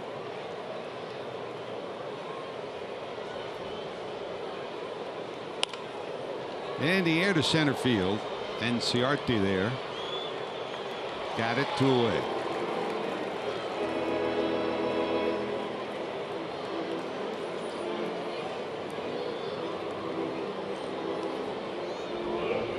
Here comes Adam Duvall. Club his 19th homer of the year back in the third. In fact, it came after the double play that Phillips hit into, followed by the Votto single, or it would have been a 2 or 3 run shot. As it was, a singleton, and the Reds at that point led 2-0. They now trail 3-2.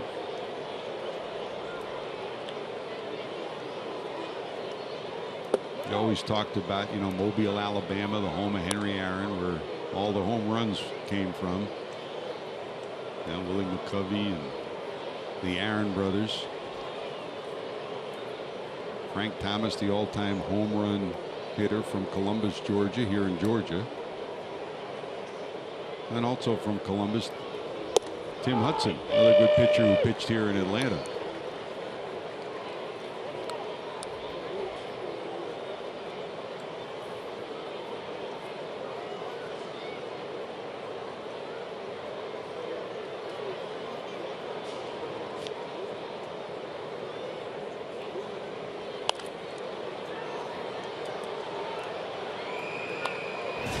Another look at that sweet swing in the third, Chris. He does have one. He just keeps himself back, and that's a big thing. He has a little bit of a leg lift, but he puts his foot down almost in the same spot that he lifts it up from. And right now he is right on time.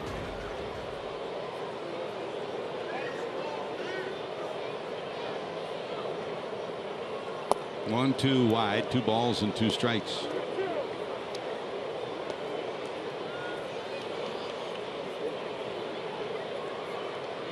Two.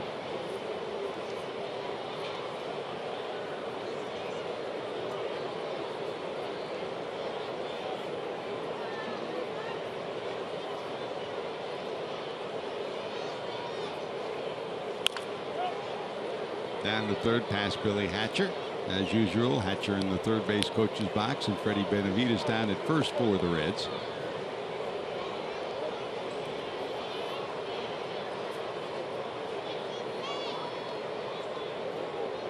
Sometimes sitting in the coaching line tougher than playing in games like this with the heat and humidity. Man. 2-2. The back behind home plate and out of play. We'll try it again. 2 balls, 2 strikes.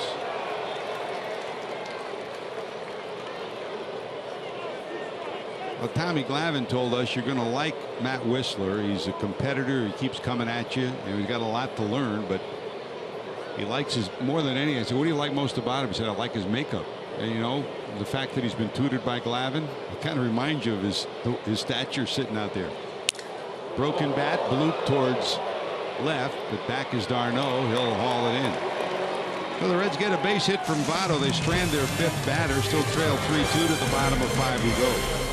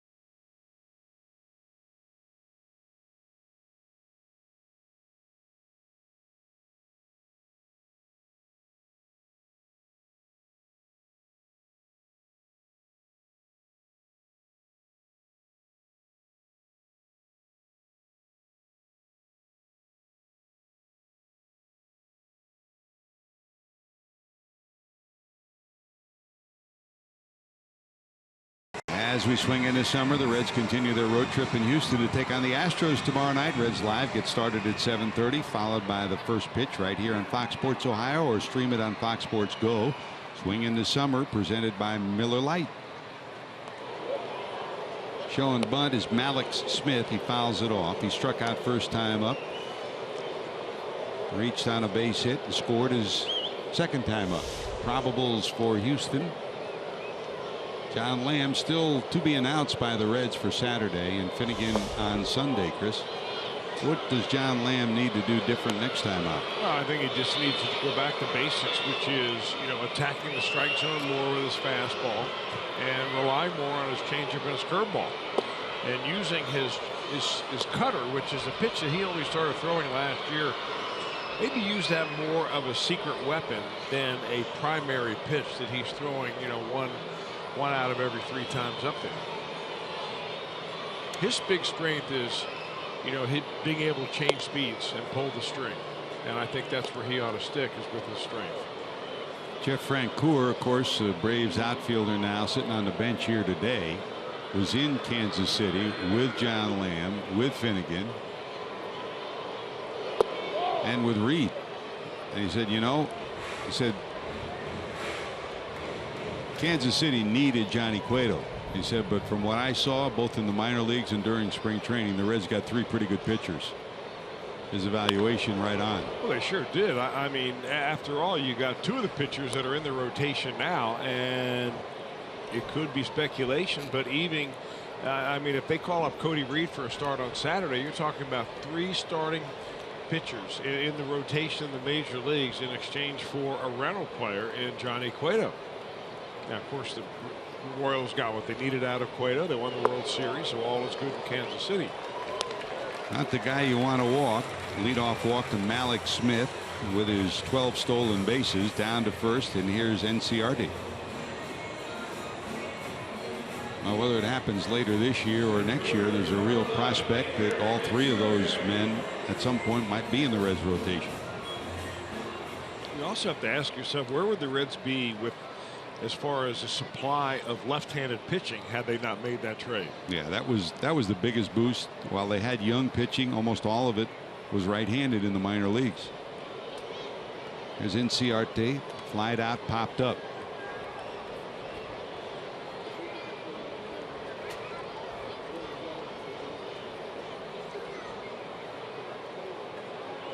Seems like every time you turn around, Freddie Freeman's on deck the last couple of days.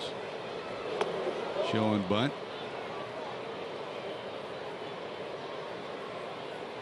That's a ball.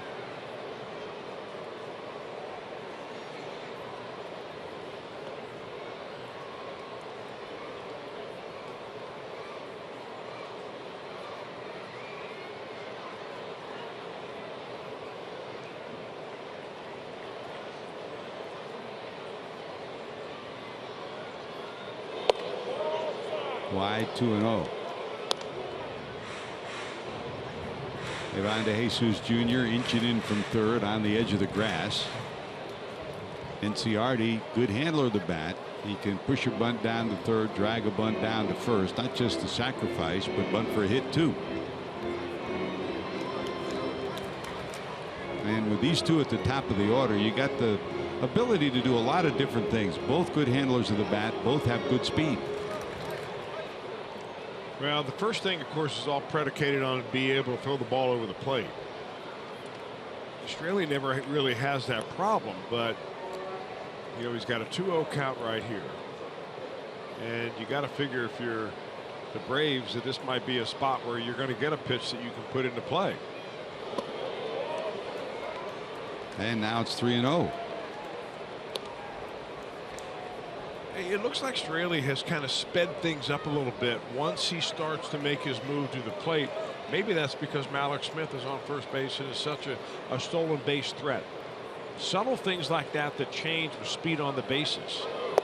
Those are tough to quantify.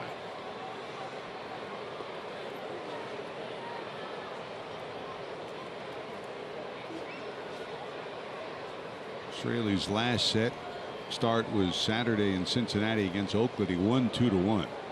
And a hot, humid day at Great American Ballpark. There goes the runner. There'll be no throw. It's ball 4. You know, really what I meant by that is that a lot of people who crunch the baseball numbers will say, you know, speed is way overrated. Stolen bases really don't add that much to your overall scoring. But it's really hard to quantify what went through the mind of Dan Straley right there with Malik Smith on first base. He sped up his delivery a little bit. He was high and away with a couple of pitches on that at bat, places where he hasn't missed really all day long, which tells me he was trying to rush through his delivery.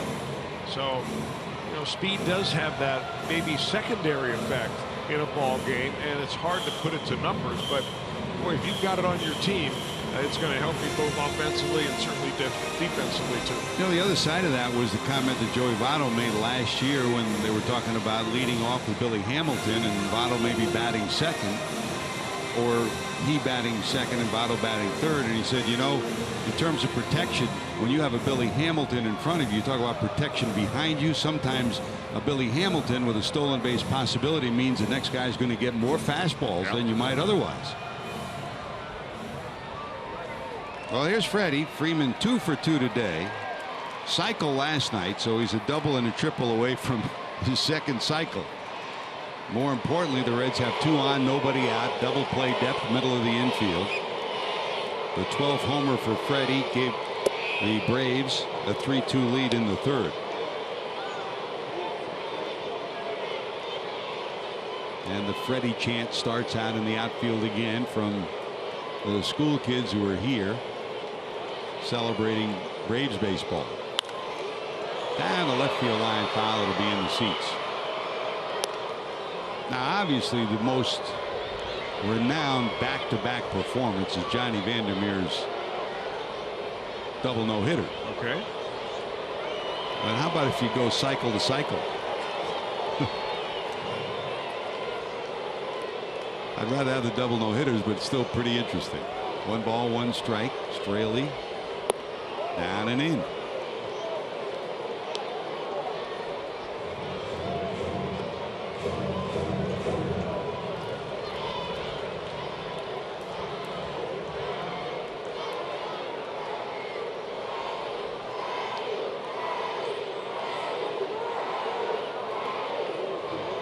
Trying to chase Smith back. Great speed out at second.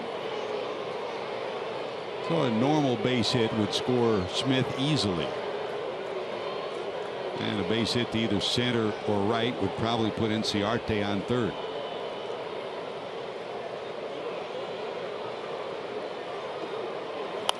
Every base hit that Freeman has gotten the last 2 days has been at a pitch down. And down and in is his sweet spot. And not just all pulled either. The home run he got to left was down, not in, right over the plate. 2-2.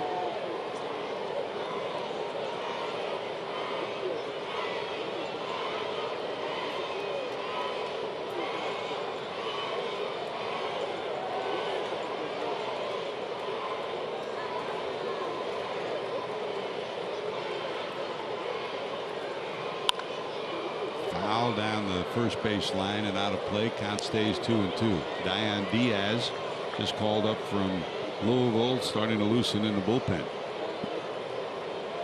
And the Reds emptied the bullpen last night. The last pitcher was Alfredo Simon, and his role was to go as long as he could, as long as it would take for the Reds to win. As it turned out, he had one good inning, and then the Braves scored 3 in the 13th to beat the Reds by 1.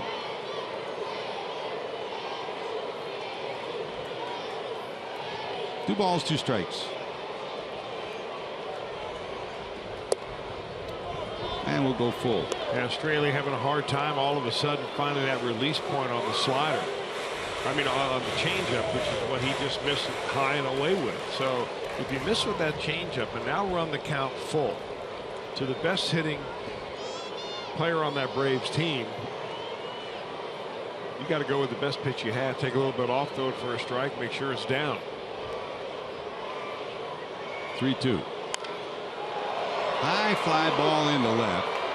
Tagging at second is the base runner, and there'll be no movement as Duvall gets it and gets it in. Freeman got anxious that time. They had chased ball 4 up and out of the zone. A slow breaking ball, probably a curveball.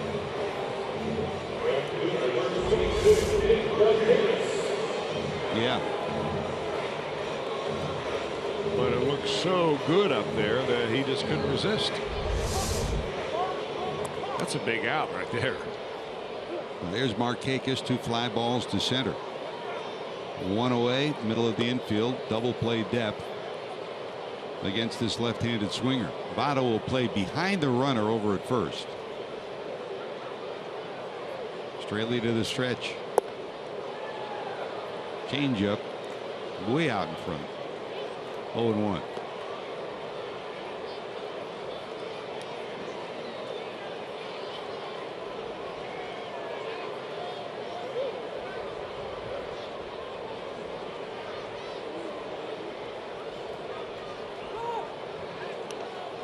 Do you remember a game where you had to pitch when you were a starter after the team emptied the bullpen the night before? Yeah, and I'll tell you, the manager's not going to tell you. Right. The pitching coach doesn't have to lay it out. You know, Straley knows when he takes them out today. Down to third, stolen base, and following behind is Inciarte, and 2 stolen bases on the play, and that puts runners at second and third. But what you can't do as a starting pitcher is go out on the mound with the goal of going 7 or 8 innings. You've got to have a goal of getting each hitter out along the way. Can't look at the big picture before you take care of the small stuff. So a double play possibility erased. The Reds will bring the infield into the edge of the grass with only 1 out. 1 ball, 1 strike to Markakis. In the dirt, good block by Barnhart. All of a sudden, Straley seems to be pitching tentatively. Not really getting good extension on his breaking ball, pulling it down. That time he kind of short-armed it into the dirt. The high breaking ball that he got a fly out of Freeman on was one that he didn't complete either.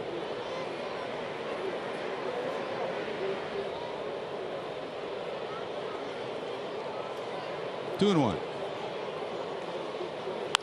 Ripped, and that's going to get 1 run in. Here comes the second run, and Inciarte around third. He'll score. It's a double for Markakis.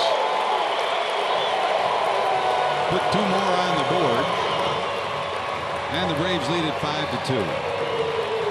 Now 2 bases on balls to start the inning off. I mean, you're inviting a party of runs scored when you do that, and you come right in there to Markakis, an accomplished major league hitter who rips it by the drawn-in infield. In fact, Votto doesn't even get a chance to move. That ball was hit so hard. Dion Diaz continuing to loosen in the bullpen. Now 96 pitches on that Saturday game against Oakland. It was hot and humid at Great America Ballpark. He wound up going 7 innings, allowing 5 hits and 1 run. He pitched brilliantly, threw 109 pitches, and he said, when I got to inning 6, he said, I just felt like I hit the wall with the humidity. And it looks like as he hits the 90 pitch mark here, in this hot humid day, similar story. Well, it could be the number of pitches. It could be the third time through the order. You know, but also the reality of it is that right now Dan Straley has been pitching some of the best baseball of his life for the Reds, and you know, batting average against us below 200. The batting average on balls in play is about 70 points lower than the major league average. So if you just take that kind of number, you think, well, he's due for some type of a regression where hits are going to start falling in a little bit more than they have so far in the season.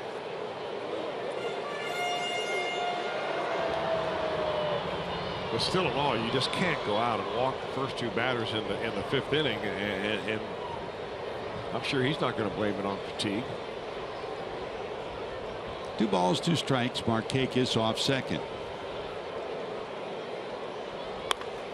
This one looped into center. Markakis had to hold, and he'll stop at third. Not sure where Phillips was, how close he would get to it. He took 1 step back to the bag, so it'll be first and third. Still only 1 out, and here comes Jace Peterson. First hit of the day for Garcia, who had struck out and flied out. And Brian Price ready to make the step from the dugout to make the pitching change.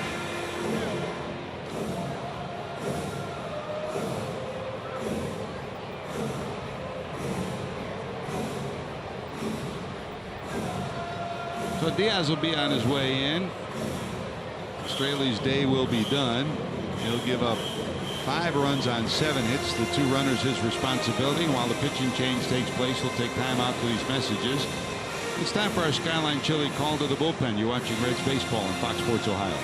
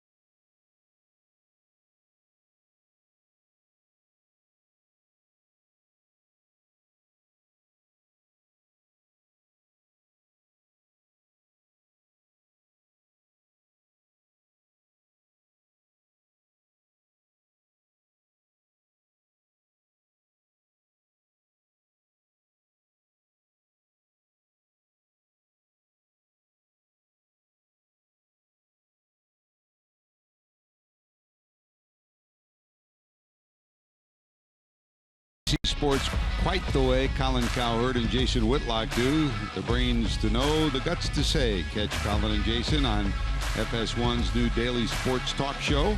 Speak for yourself. It'll be weeknights at 6 Eastern on FS1. Well, last night, Chris, the bullpen did a pretty good job on a night where there were a ton of pitches thrown, almost 500 pitches thrown. A.J. Morris, who had to leave as a starter, he's been sent back to Cincinnati for an examination of his shoulder. Josh Smith, J.J. Hoover, Ross Ollendorf. J.C. Ramirez struck out 6 in his 2 innings of work. Cingrani pitched an inning, and then Simon, after having a clean first inning, gave up the 3 runs in the second inning. So it's a heavily used bullpen. That's why Dion Diaz is back from Louisville, Chris. Yeah, I'm really wondering what the expectations are for Brian Price and Dion Diaz. He's pitched 4 innings previously in 5 games with the Reds, and he's walked 7 batters and given up 8 hits. So that kind of gives you a snapshot of where the Reds' arms are at the top of the food chain.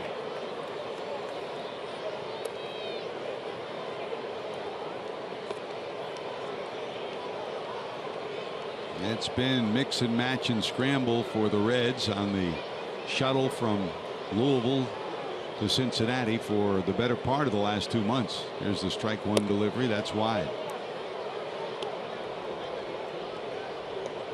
Diaz has to come into this game thinking, I got nothing to lose right here. I'm back in the major leagues. All I've got to do is just pitch my game. I've got a nice live arm. He's 27 years old. He's been around quite a long time.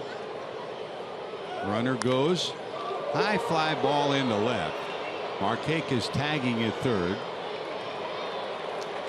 He will score easily. The sacrifice fly will plate the 6th run for the Braves, and they lead it. Last score of 6-2. Chase Peterson, the sacrifice fly. It's a 6-2 count.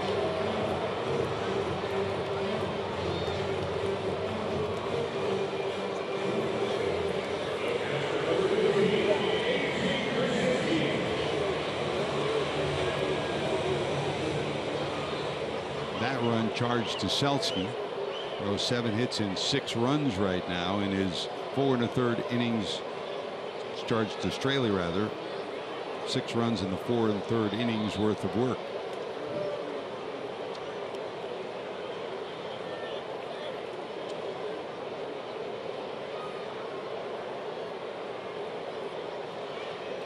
Three walks, 1 of them intentional,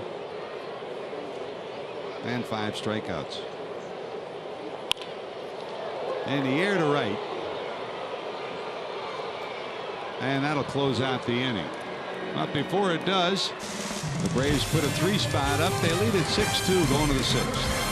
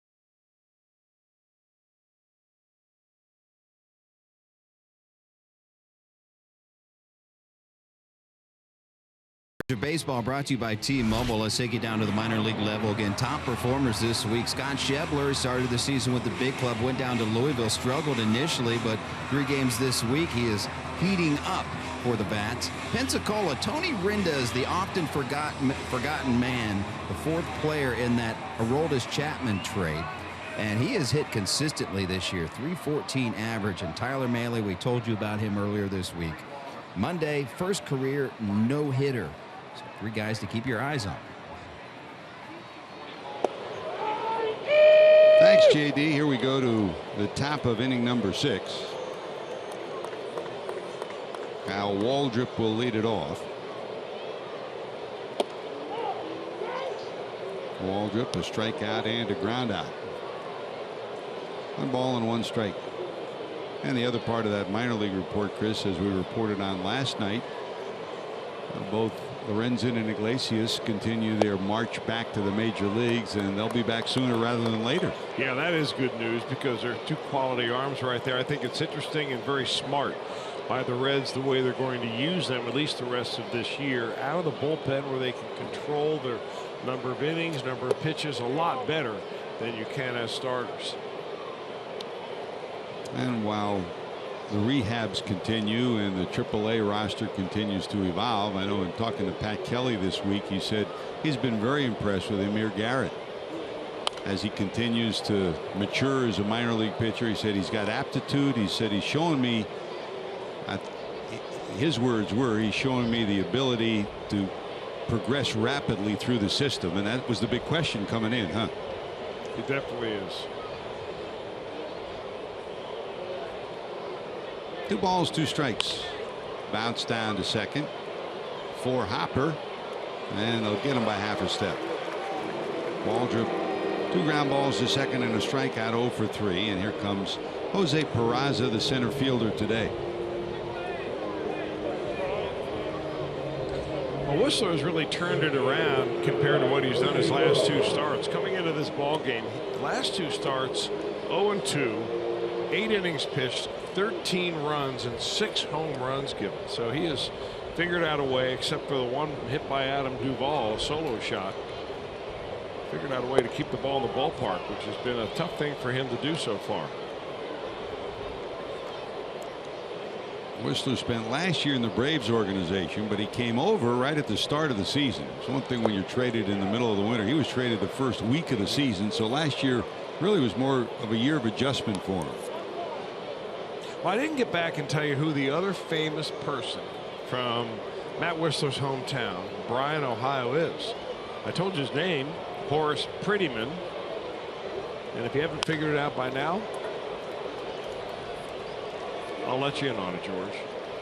Base hit Peraza, 1 on 1 out in the 6th. Horace Prettyman was the first Ohioan ever to play football at the University of Michigan. Wow. Happened back in 1882. So there you go. It's another one I didn't surprise that Jim Day didn't jump on. I bet you Tommy Brenneman called and gave you that. Well, he probably knows. He knows a list that. of every I bet you Ohioan he was sitting at home saying that has turned coat and gone up there to play for the Big Blue. It was great to see Tom at the ballpark on Sunday. He continues his rehab, sends, again, as we've talked about, thank yous to everyone who sent well wishes. He's on his way back, and we look forward to getting him back to the ballpark whenever he's ready.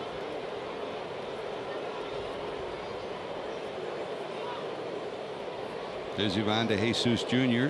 flied out, singled, and stole a base last time up in the 4th.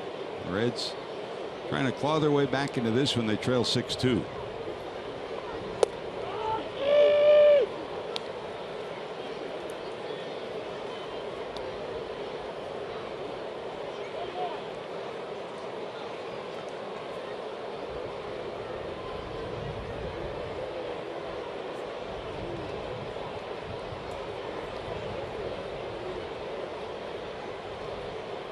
Tom Glavine kind of took Whistler under his wing for a couple of reasons. First of all, he said, you know, Glavine would show up at spring training and during the year last year.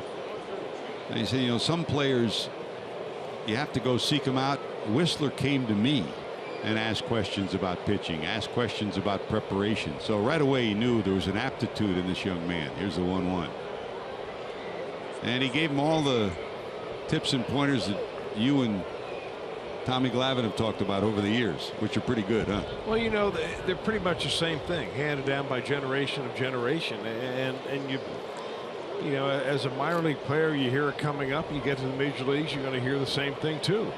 You know, throw strikes, change speeds, keep the ball down, simplify your delivery, don't give the hitters too much credit, don't wear yourself out in bullpen sessions in between starts. You're a great believer in that Leo Mazzoni philosophy of throwing twice between starts, but light. There goes the runner. Pitch up high. There'll be no throw. It's 3-1.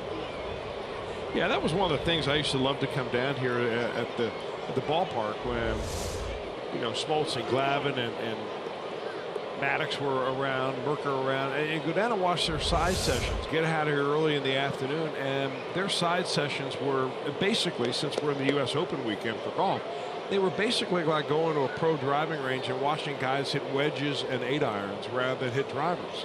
They would just want to get into the groove. Hit pretty hard to center field. Over is Inciarte. He's got it. Peraza had gone halfway, so he retreats to second. Good swing from Ivan De Jesus Jr., but NCRT catches up with it in left center, 2 away. You see so many young pitchers go down and they're in between starts, bullpen, and they're going out there and they're throwing lights out like they're trying to throw a no-hitter. Well, you can't retire anybody in the bullpen session. You don't get any credit for wins or losses down there. All you're doing is trying to find a little bit of a feel. I've always thought that twice instead of once between starts for a lot of pitchers is something that they at least ought to look into. Here's Tucker, walked and struck out, 0 for 1. Run out there for the Reds at second. Good speed, Peraza. The stolen base by Peraza, by the way, second in this series, second as a Red.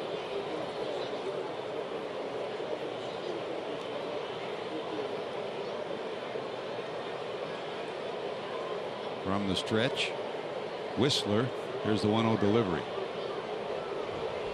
I always remember Tom Browning telling so many young pitchers that he learned a lot more from defeats than he learned from victories. And every time you do have a bad outing, every time you do get knocked around a little bit, have a short memory. Talk about it, think about it, then turn the page and move on from it. There's the 1-1. 1 ball, 2 strikes to Barnhart. I think that's a message that Glavine has given to Whistler. I mean, Glavine was 7-17 that first year. And everybody's saying, boy, what's wrong with this guy? He said he learned more that first year than he did on all his minor league years. 1 and 2.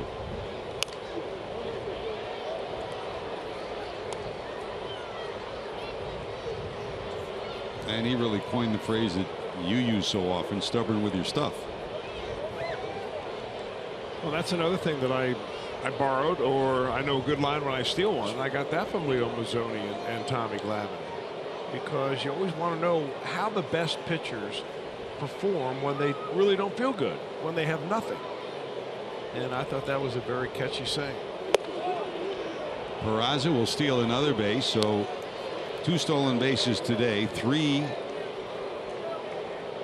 for Peraza in the last 2 days as he pilfers one from Pierzynski.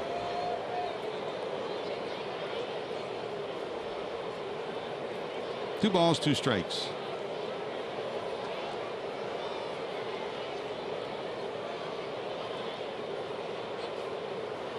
Past the 100 pitch mark now at 102 is Whistler, so you figure this may be his last inning in any event. Cervenka has gotten up and started to loosen in the bullpen for the Braves. The Braves used 9 pitchers last night, and most of them very short. Line drive, center field sinking, but there is NCRT, and the Reds will strand another runner. They've stranded 6 and trail by 4, 6-2.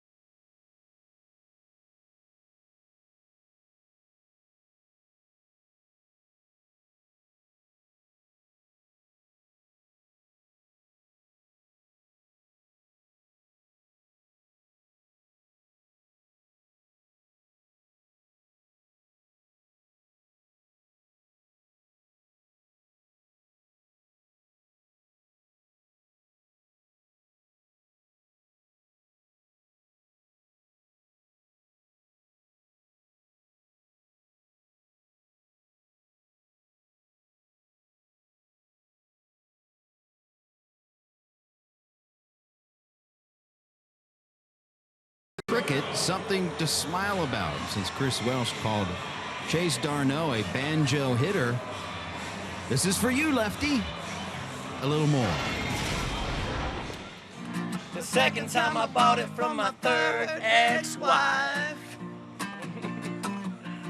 Well, a divorce lawyer held my money in hand.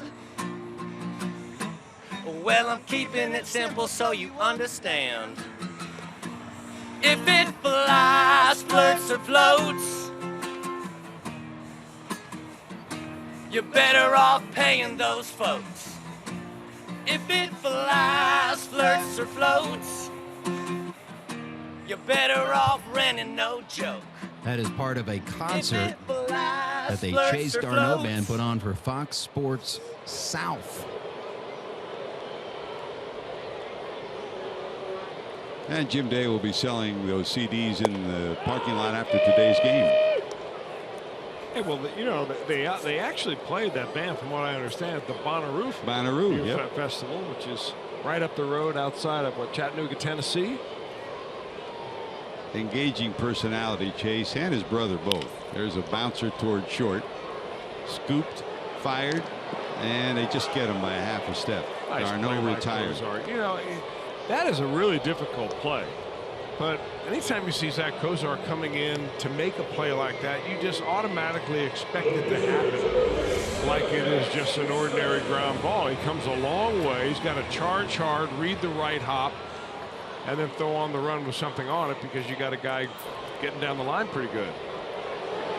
Everything picture perfect for Zach Kozart, the Red shortstop.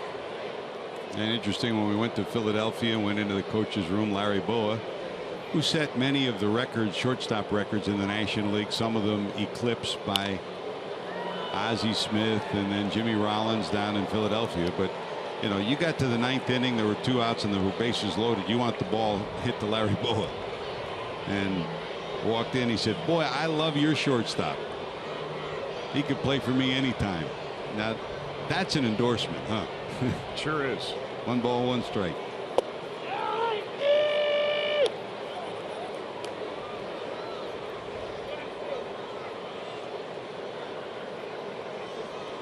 Whistler, the pitcher, bats here in the 6th. From the stretch, Dion Diaz. So Whistler strikes out for the 2nd time. He did have a sacrifice his first time up. 2 away, and here's Malik Smith. Well, Peraza has 3 stolen bases, and Malik Smith a couple today too. And the new look Braves with a new manager, and Brian Snitker, they run a lot more. They've now stolen 12 straight and 16 of their last 17.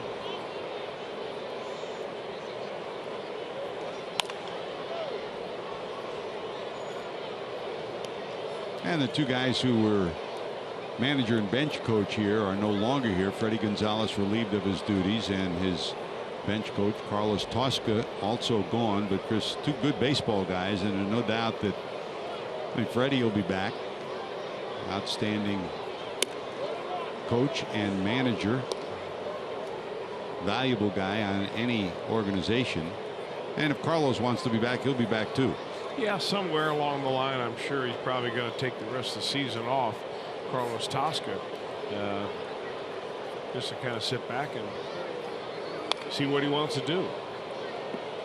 You know, it's really hard for baseball lifers to get out of the baseball business. I mean, you see them, George. You see it at scouts where, you know, guys have been managing for 40 years. You talk about the clubhouse personnel in the Braves visiting clubhouse. Those guys have been there for 40+ years.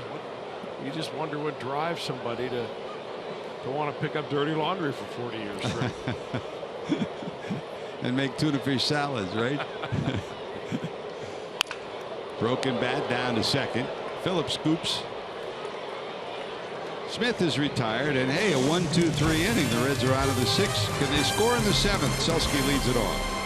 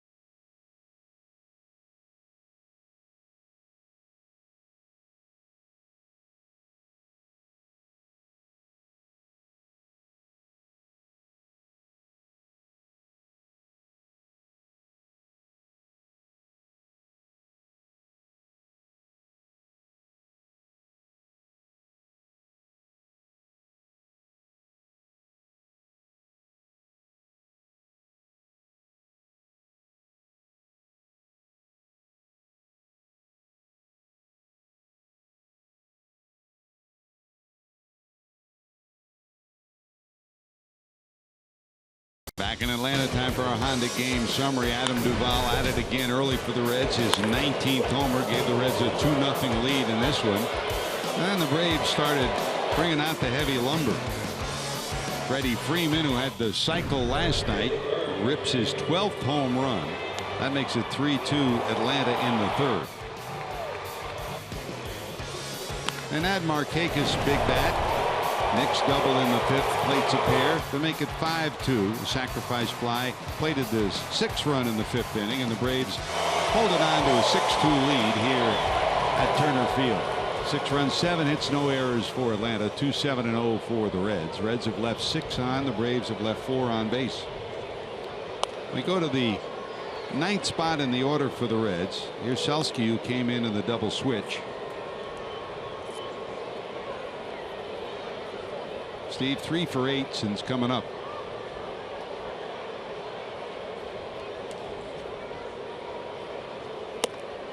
Promoted from Louisville the first week of the month. Second time he's been up with the Reds this year.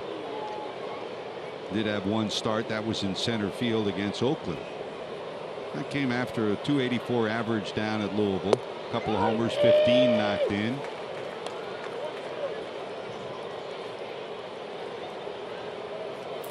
University of Arizona product, picks up his first major league hit, and Chris, we keep seeing it. Here's the 1-2.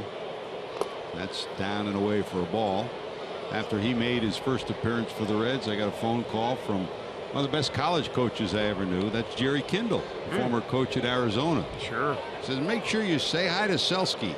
He's one of our good guys. So was Jerry Kindle. Swing and a miss.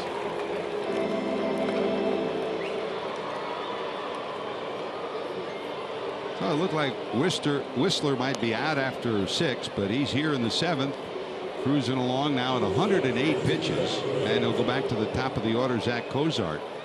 He's been impressive on this hot and humid day. He had trouble early, but since then he's been in control. Cozart singled in the first. Votto then walked, and Phillips singled in the Reds' first run.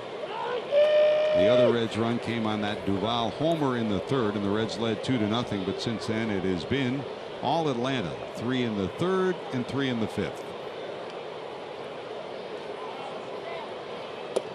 Zach, after that first inning single, bounced to third, and he lined to second his last time up.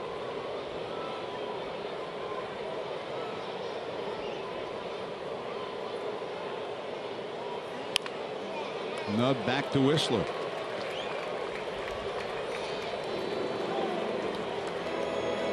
They celebrate the 40th anniversary of the 76 World Series championship with the 76 replica ring ticket package for just $30. Get your game ticket and an exclusive 76 World Series replica ring, plus arrive early for a special pregame on-field ceremony featuring members of the Big Red Machine. Visit reds.com/theme. Hope you join us next weekend for a festive weekend of activities. Pete Rose will be there all 3 days. Braves will overshift with Votto coming up.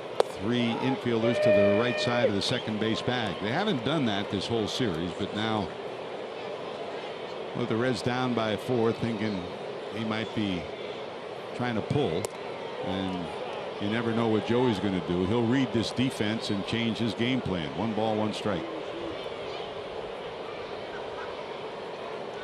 Friday night, fireworks plus the Pete Rose appearance and the celebration of the 76 team. Over 20 members of that 76 team will be by. Saturday, prior to the game, 20 Hall of Famers plus the 76 team, and then Sunday the retirement of number 14.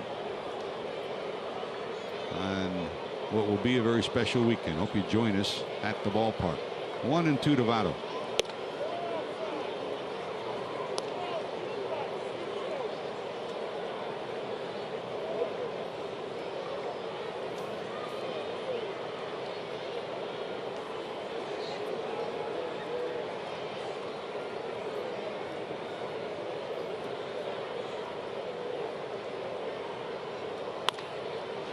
Towards the hole, he beat the shift. and almost picked off Laz Diaz in the process. Now that's a convergence of two players and an umpire, and somehow the ball gets through there. And Votto has his third hit. He's 3 for 3 and a walk today. It's been a while since we've seen Joey had a 3-hit ball game, but he's been able to punch that ball through the right side 3 times now.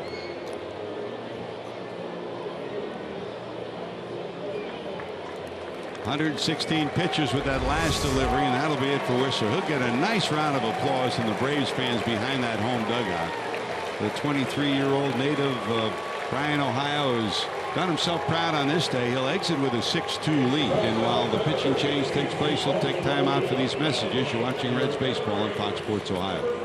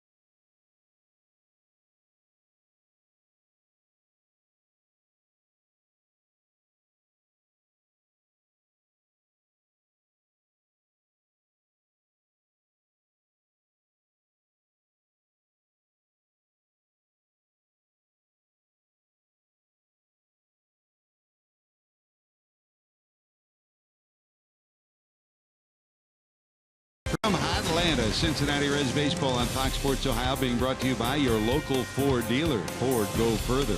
And by Cincinnati Children's, ranking 3rd in the country on United States News Best Children's Hospitals. Great to have you with us back in Atlanta. Always a traffic jam in downtown Atlanta. That'll move, the Braves will, from this ballpark in downtown Atlanta about 20 miles north to Cobb County, where 285 and 75 converge. Here, converging onto the mound, is the new pitcher for the Braves. Ian Kroll comes in with Votto sitting down at first, and 2 away here in the 7th. Now, we saw Kroll last night. Of course, we saw 8 relievers out of the bullpen for the Braves through the course of that long game. Kroll only pitched a third of an inning. Got a good arm, this left-hander does.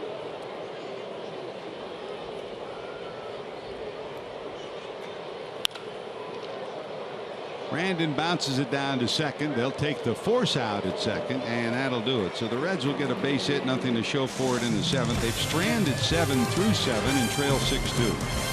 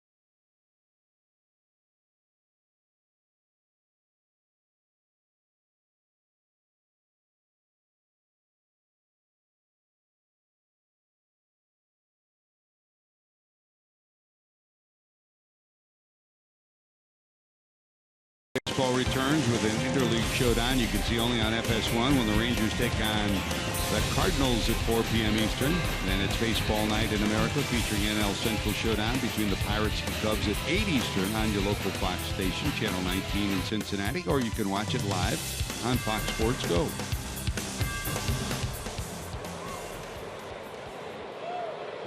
Here we go to the bottom of the 7th. First pitch swinging is Inciarte. Skied into center field. Peraza there. He'll haul it in, one away. Inciarte flied out, popped up, walked and stole a base in the 5th, and later scored on the double by Markakis. 6 runs, 7 hits for the Braves, 2 runs, 8 hits for the Reds. Reds led at one time 2-0. Atlanta with 3 in the 3rd, 3 in the 5th, now with a 6-2 lead. And here comes the chant for Freddie Freeman, and here comes Freeman. Breaking ball in there for a strike. Freeman today a single and a homer his first 2 times up, and flat out on a 3-2 pitch in the 5th. The Reds got him out of his slump in this series. Another 3-hit game. Freddie Freeman delivers this one with a shift pulled to the right side. He punches it through to left field. So Freeman 2 singles and a homer today. Well, what a good-looking hitter he has been in this series. You can see when you start playing the teams around the league and you start seeing Anthony Rizzo and Freddie Freeman and Paul Goldschmidt, Adrian Gonzalez, how difficult it is to get a ticket to the All-Star game as a National League first baseman. Kind of like the American League in the 80s.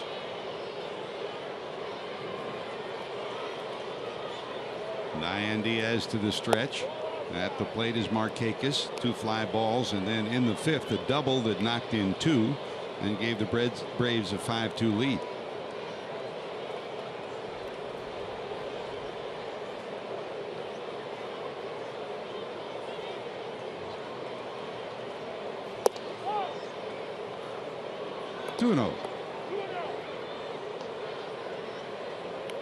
Adonis Garcia on deck for Atlanta.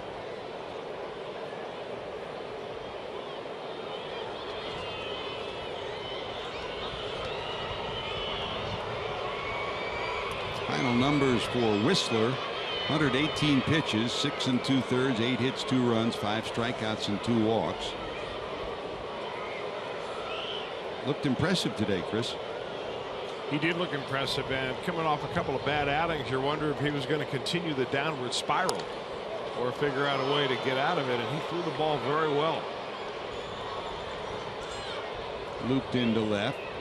There's your second out of the inning. Markakis retired. And here's Garcia.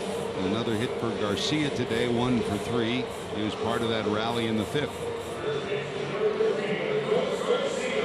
If you joined us late, Diaz called up from Louisville today as the Reds continue to shuffle relievers in on a series where they've used the bullpen freely, and also put on the disabled list today was A.J. Morris. If you weren't with us last night, he left the game with obvious shoulder discomfort. Back to Cincinnati. Really a real shame about A.J. Morris, because the Reds are just getting ready to go after this ball game to Houston, the hometown of A.J. Morris. He's from Humboldt, Texas, just north of Houston, and you know, never been in the big leagues, never been able to come back to his hometown as a major leaguer, and that's just very tough timing. And we didn't get a chance to see him because he was gone and on his way back to Cincinnati, but you could see the emotion on his face when he left. I mean, that was an emotion not just of injury, but of a long road, and his opportunity here at least derailed for a period of time after the shoulder injury. Down to short. Cozart. Quick flip, and he'll throw it away. Freeman will round second and go to third. That looked like he just squirted out of Zach's hand. Phillips couldn't get to it, so it'll go as an error on Cozart. It'll be 1st and 3rd with 2 outs. Oh, well, we're just not used to seeing some of the defensive flaws that the Reds have been showing us in this series. I mean, this just never happens to Zach Cozart. We've seen Brandon Phillips have an error. We've seen Joey Votto not be able to throw the ball anywhere in the vicinity of home plate on a ground ball. Maybe they are ready to say goodbye to this field.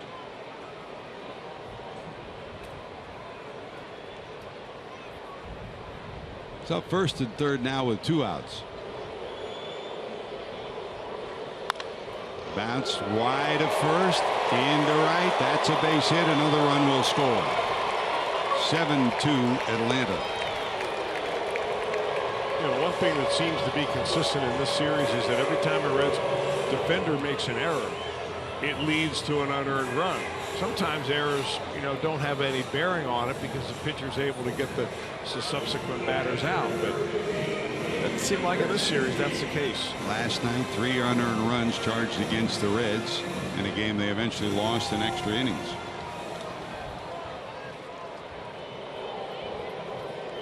And Jeff Porter is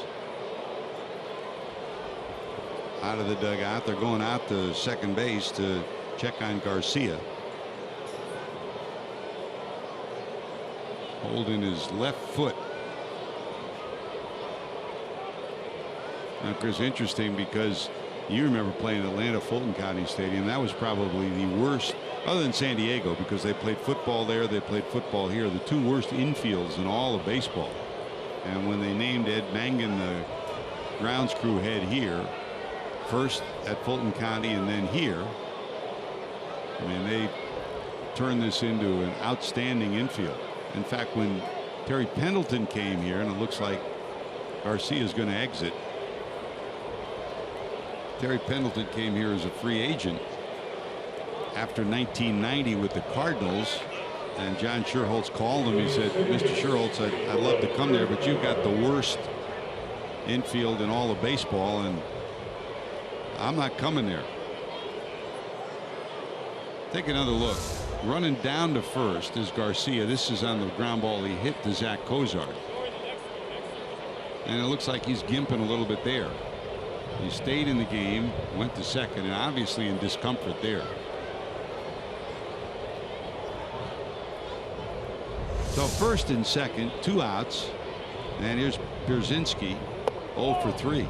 End result was, and John Schuerholz told him, if you come here, Terry, we're going to change this infield, make it the best infield in the National League. We're going to get a new grounds crew head. That was Ed Mangan, who's still here. Pendleton came, and the next year he won the most valuable player award in the National League, and part of the culture change here. Still with this club as the bench coach. Fly ball out. Braves will strand a pair, but the arrow leads to the 7th run. 7-2 Atlanta. We're going to the 8th.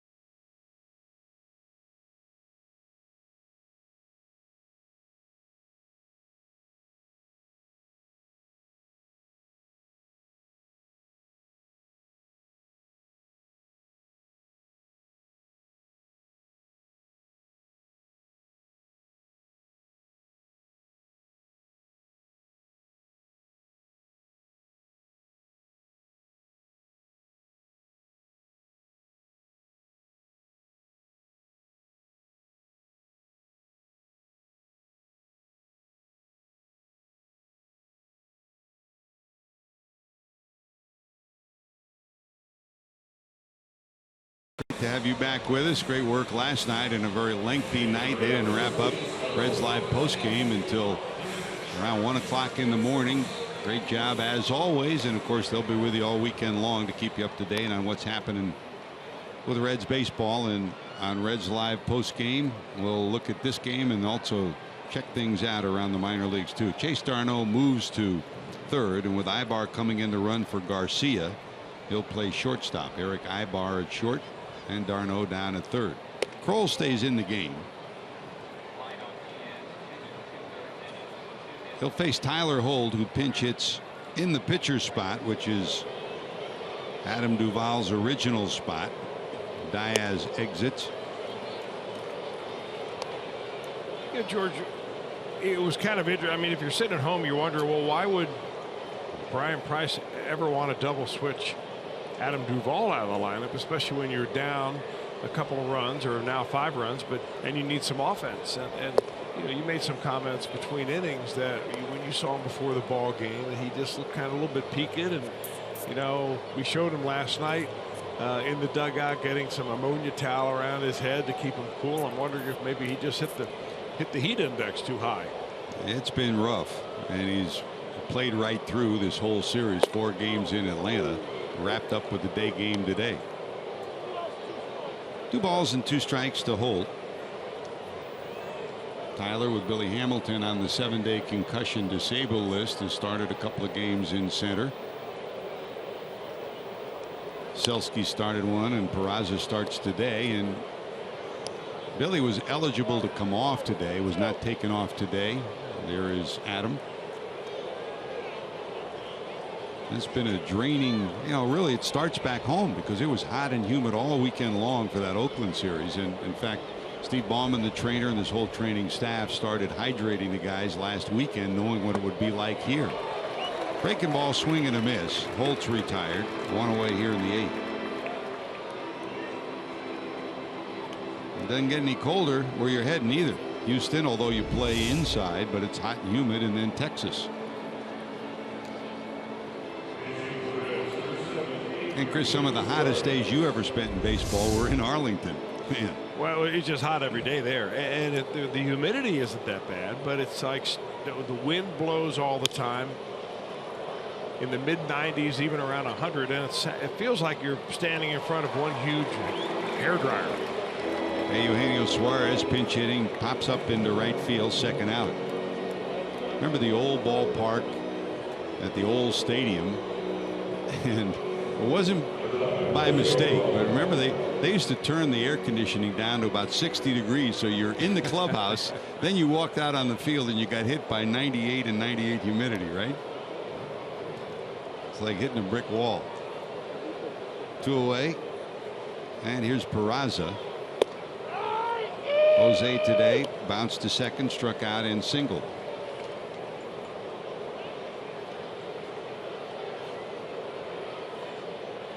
Started a game at short last night, started in center today.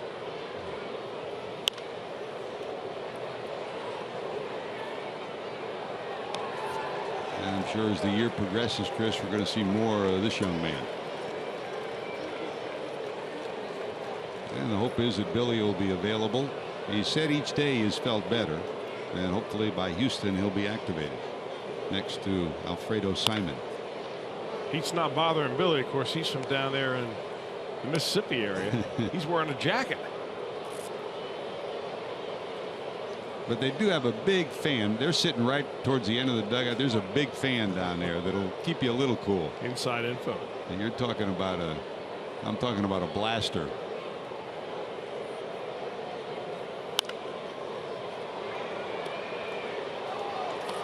New ballpark in Texas is beautiful. What do you remember most about that old ballpark? It was hot. Yep. If you got a ball up, it would go out of there pretty easily. That's a pitcher's memory, huh? No balls, 2 strikes. Bounce right back to the pitcher. Kroll has it. And it's a 1-2-3-8 for the Reds. Reds running out of outs. They trail at 7-2.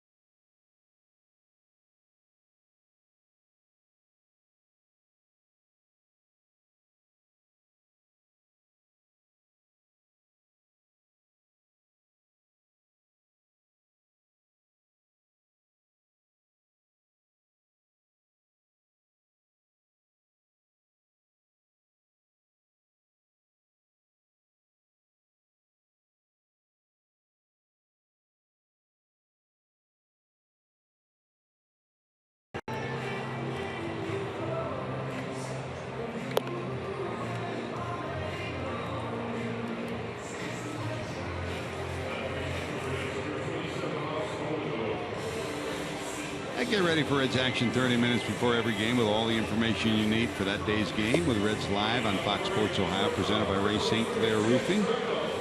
Join us this weekend for Reds Live pregame and postgame activity. Jeff Pecoro, Brian Giesenslaw will be there. Reds Live 6:30 tomorrow for a 7:10 game. 3:30 on Saturday and 1:30 on Sunday. Sorry, that's 7:30 tomorrow. The Reds notes listing it as a 7:10 start. I thought it was a 6:10 start in Houston. So it's 7:30 tomorrow. Bouncer to short. Cozart takes care of it. One away here in the bottom of 8 as d'Arnaud grounds out.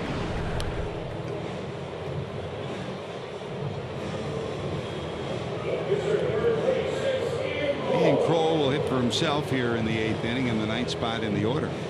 Chris, I know you're looking forward to next weekend when the Reds return home and Pete's inducted into the Reds Hall of Fame. His number's retired and you honor the 76 club. Going to be a festive weekend, huh? It's going to be just a huge weekend. And not only around Pete. I mean, obviously the whole weekend surrounds Pete, but I mean, you get all of his teammates back. There'll be, what, 20 of the Big Red Machine there. And I love listening to Pete talk, especially when he talks about baseball. And getting that, everybody points to the 75 World Series, which was miraculous, maybe the best World Series ever. It had drama from start to finish. But 76 was a different animal. For me, the greatest memory I have in 76 was of the National League Championship Series, that final game at Riverfront. And Foster and Bench hit back-to-back homers in the 9th. And that ignited everybody. And when you're in that clubhouse, you had the feeling that they were going to steamroll whoever they played. And it was kind of like 1990, same feeling. And as it turned out, they ended up playing the New York Yankees, and they did steamroll 4 games to none. I do remember, the vision I remember from that series is Pete Rose playing about halfway from third base to home when Mickey Rivers would come to the plate. Yep. Because they didn't want Rivers to bunt, and Pete just got so close to him, it just took Rivers completely out of his game. And it was another great series because of the somewhat, matchup between Thurman Munson and Johnny Bench, 2 of the best catchers in their respective leagues. Right off the bat, Joe Morgan homered in the 1st inning, and it was off to the races. Kroll fouls this off, 1 ball, 2 strikes. Don Gullett won that 1st game. And I think Bench hit we marvel at the 750 that Billy Hatcher hit in 1990, and Bench hit like 500 in that series. He was remarkable.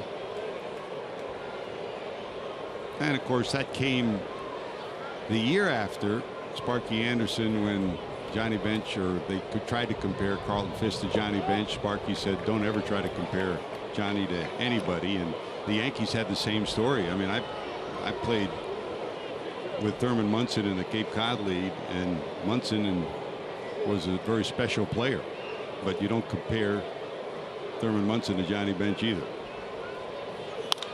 It's a 1 hopper smothered by Cozart, and they'll throw him out. 2 away. I mean, just like the Reds celebrated with the National League win, Chris Chambliss hit that home run to send the Yankees, and the Yankees hadn't been in the playoffs for 10, 11 years, maybe 12 when they made it. So it was a festive New York. 76 was 64, so it was 12 years. Wow.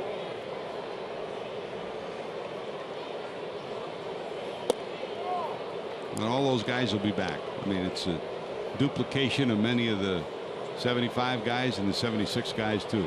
It'll be a lot of fun, and they'll have fun being with each other. That's the best.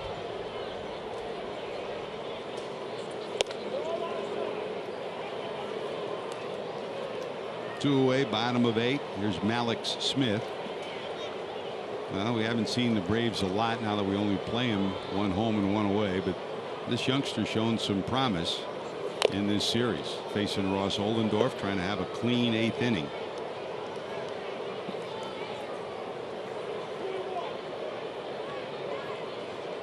Two balls, 1 strike.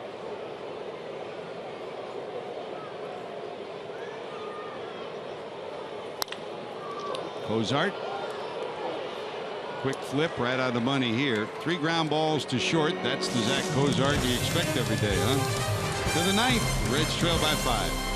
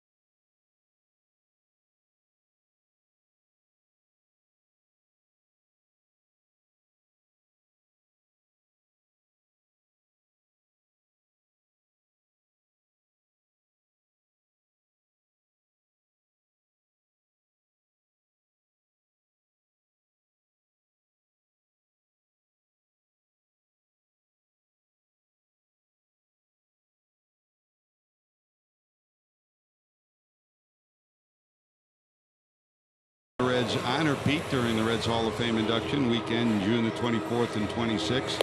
More info for you on Saturday. Arrive early, see the Hit King honored during a special Hall of Fame induction ceremony presented by PNC Bank. For tickets, call 513-381-REDS or visit reds.com/Pete. And Pete will be on the field and speak all 3 days, Friday, Saturday, Sunday. That'll be entertaining. Yes, it will. Whether you're sitting by his locker, whether he's addressing some fans, they're always fun. All right, Reds need a big 9th to take this series from the Atlanta Braves. Ivan De Jesus Jr. 1 for 3.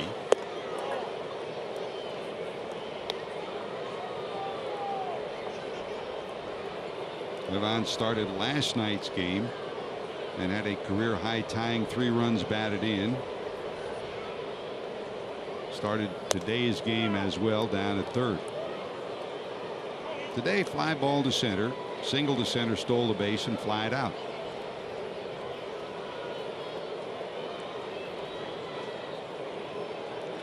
Seven runs, 9 hits for the Braves, 2 runs, 8 hits and an error for the Reds.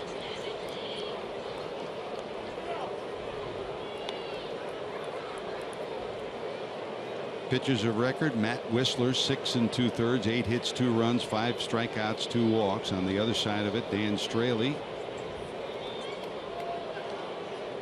4 1/3, 7 hits and 6 runs.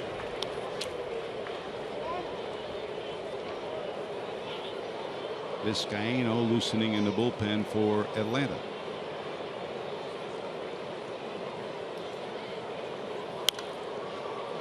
Slap foul to the right side and out of play.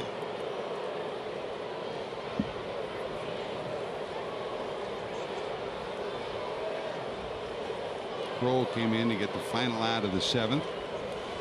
Got through the 8th. And here in the 9th, facing De Jesus. And there's a walk.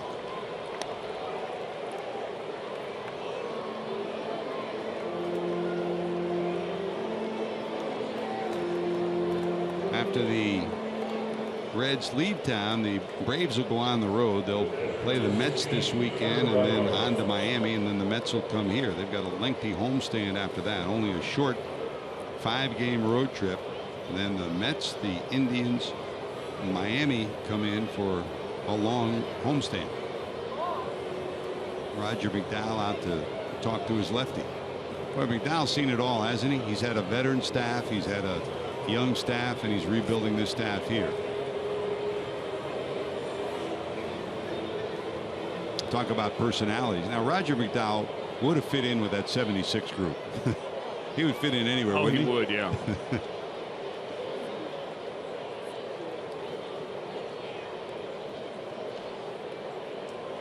I mean, sometimes that's the biggest challenge for coaches these days, because there are so many more things that they're required to do. I mean, everybody has a clipboard with a to-do list nowadays, and some of the hardest things for a coach to do is to make things fun. Because when guys are out there having fun playing the game of baseball, they play the best, they play the most relaxed, they win more games, and when they're all stressed up, wondering if all the check boxes on your to-do list are done. The best managers, the best coaches aren't always the ones that have the best drills or the analytic view. It's the ones where you know they believe in you and they care about you. 0-2. And that's true for the best coaches we had as kids, or the best teachers you had in school too. It wasn't always the smartest teacher, but it was the one that you clicked with, the one that got the most out of you. Or the one that let you out of detention early. Yep. Or the coach that taught chemistry or economics 101, right? For you. If you stayed around to rake the field, you got a passing grade.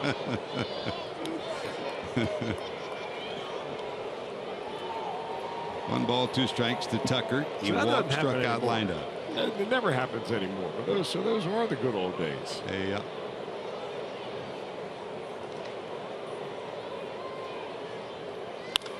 Line foul down the first base line.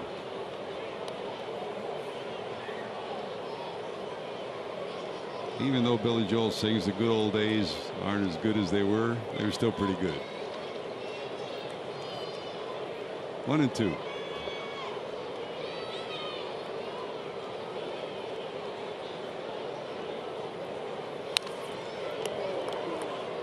Hanging in is Barnhart. 1 ball, 2 strikes. The Reds led early in this one. In the first, Cozart singled, Votto walked. Phillips singled in the Reds' first run. They led it 1-0. Duvall's 19th homer of the year made it 2-0 in the third. Then 3 in the bottom of the third and 3 in the fifth for the Braves, 1 in the seventh, and that brings us to 7-2 here in the ninth.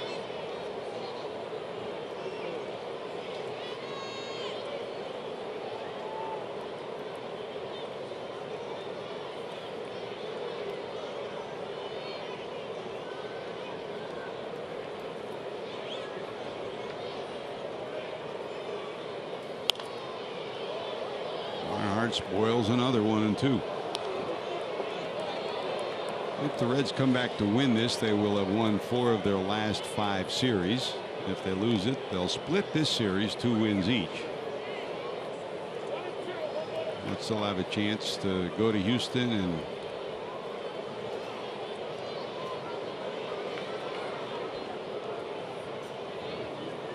try to win another series. There's a swing and a miss. Nice breaking ball from Kroll.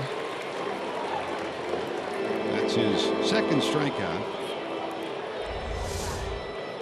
Pretty good crowd on hand today. 21,885, biggest crowd of the 4-game series. Well, they had a lot of kids here today. Many of those kids were wearing their special T-shirts in different colors, designating where they go to school. It's a pretty nice field day when you come down to the ballpark, watch a big league game. There's Steve Selsky with 1 away here in the ninth. Selsky came in on the double switch, struck out his first time up. Beats the heck out of the art museum. At least it would for me back when I was 12 years old. Somehow there's a reason why we've ended up where we are, huh? Well, this is art in a way. Yeah. See, now if you were Brett Tomko, you would have said the art museum was better, right? He was lucky enough to be very good at both. Yep. Or if you were Darno, he would have gone to the music museum. 1 ball, 1 strike.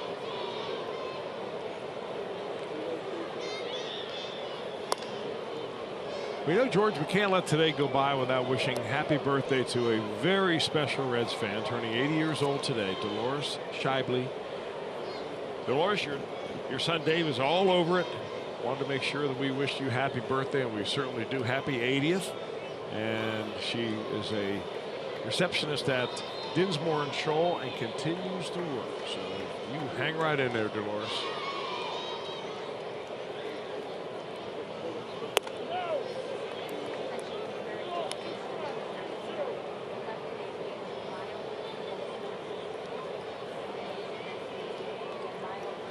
report we got on Adonis Garcia is that he left the game with a mild ankle soreness. Left the game. He is listed as day-to-day, but it is not expected to be a serious injury. 2 balls, 2 strikes. Down and away. We'll go full 3-2.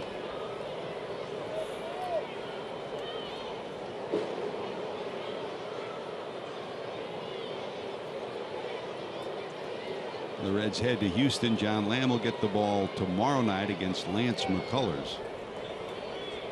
Here's the 3-2. That's on the corner for a strike. So 2 back-to-back strikeouts for Kroll. 2 away after the leadoff walk, and here's Cozart back to the top of the order. It's amazing we're seeing another McCullers on the mound, Chris. Well, this McCullers, like his dad, has a pretty good fastball.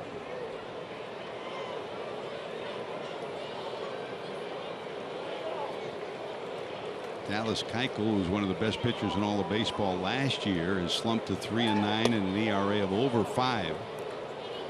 And the Astros, after really making everybody notice last year, struggling to try to get back in a difficult race in the West this year, and they need Keuchel to be there. 1 ball to Cozart.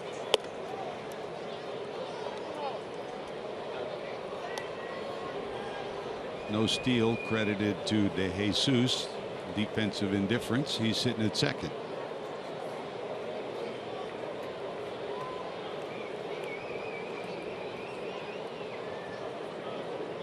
Two balls, no strikes, and 2 away here in the 9th. And Votto on deck for the Reds.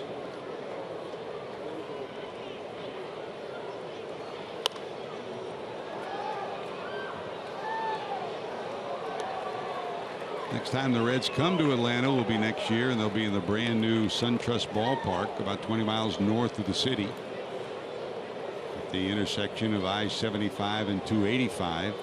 They'll do a similar layout as the Cardinals have, and not just a ballpark, but an entertainment zone surrounding the ballpark, and a 3 or 4 hotel complex as well. And you'll find some new golf up there too. It won't be for lack of trying. 3-1. That's up high, ball 4. Second walk of the inning. So 2 on, 2 out, and here comes Joey Votto, and out comes Brian Snitker. He'll go to Vizcaino, who's been loosening in the bullpen. So Kroll kind of ran out of gas here in the 9th with 2 walks, and let's see if the Reds can make something out of a 5-run deficit. While the pitching change takes place, we'll take time out for these messages. You're watching Reds baseball on Fox Sports Ohio.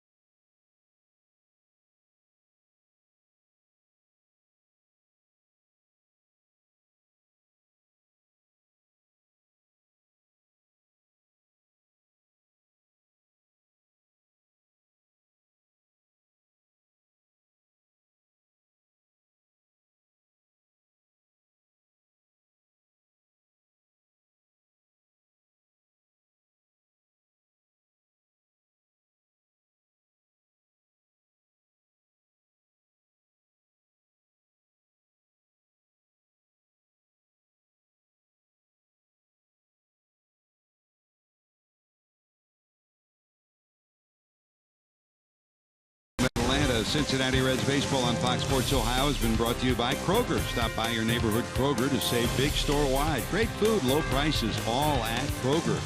And by Toyota. For over 30 offers, visit buyatoyota.com. Toyota, let's go places.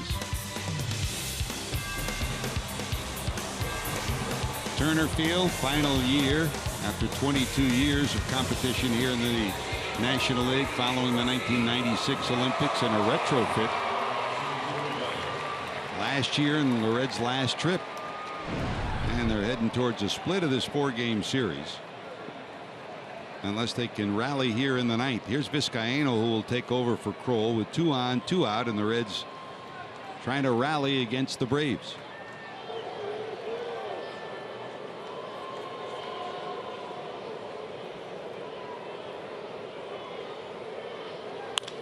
Votto lofts this one into left center field. Inciarte there. He's got it, and that'll do it. So Joey flies out. Good day for Votto, though. He was 3 for 3 before coming to the plate there, so he ends a 3 for 4 day. Whistler will get the win. Straley takes the loss. Under 3 hours at 256 with 21,885 in the ballpark. And we say goodbye to Turner Field, Chris. Goodbye, Turner Field. And we'll be back with more after this.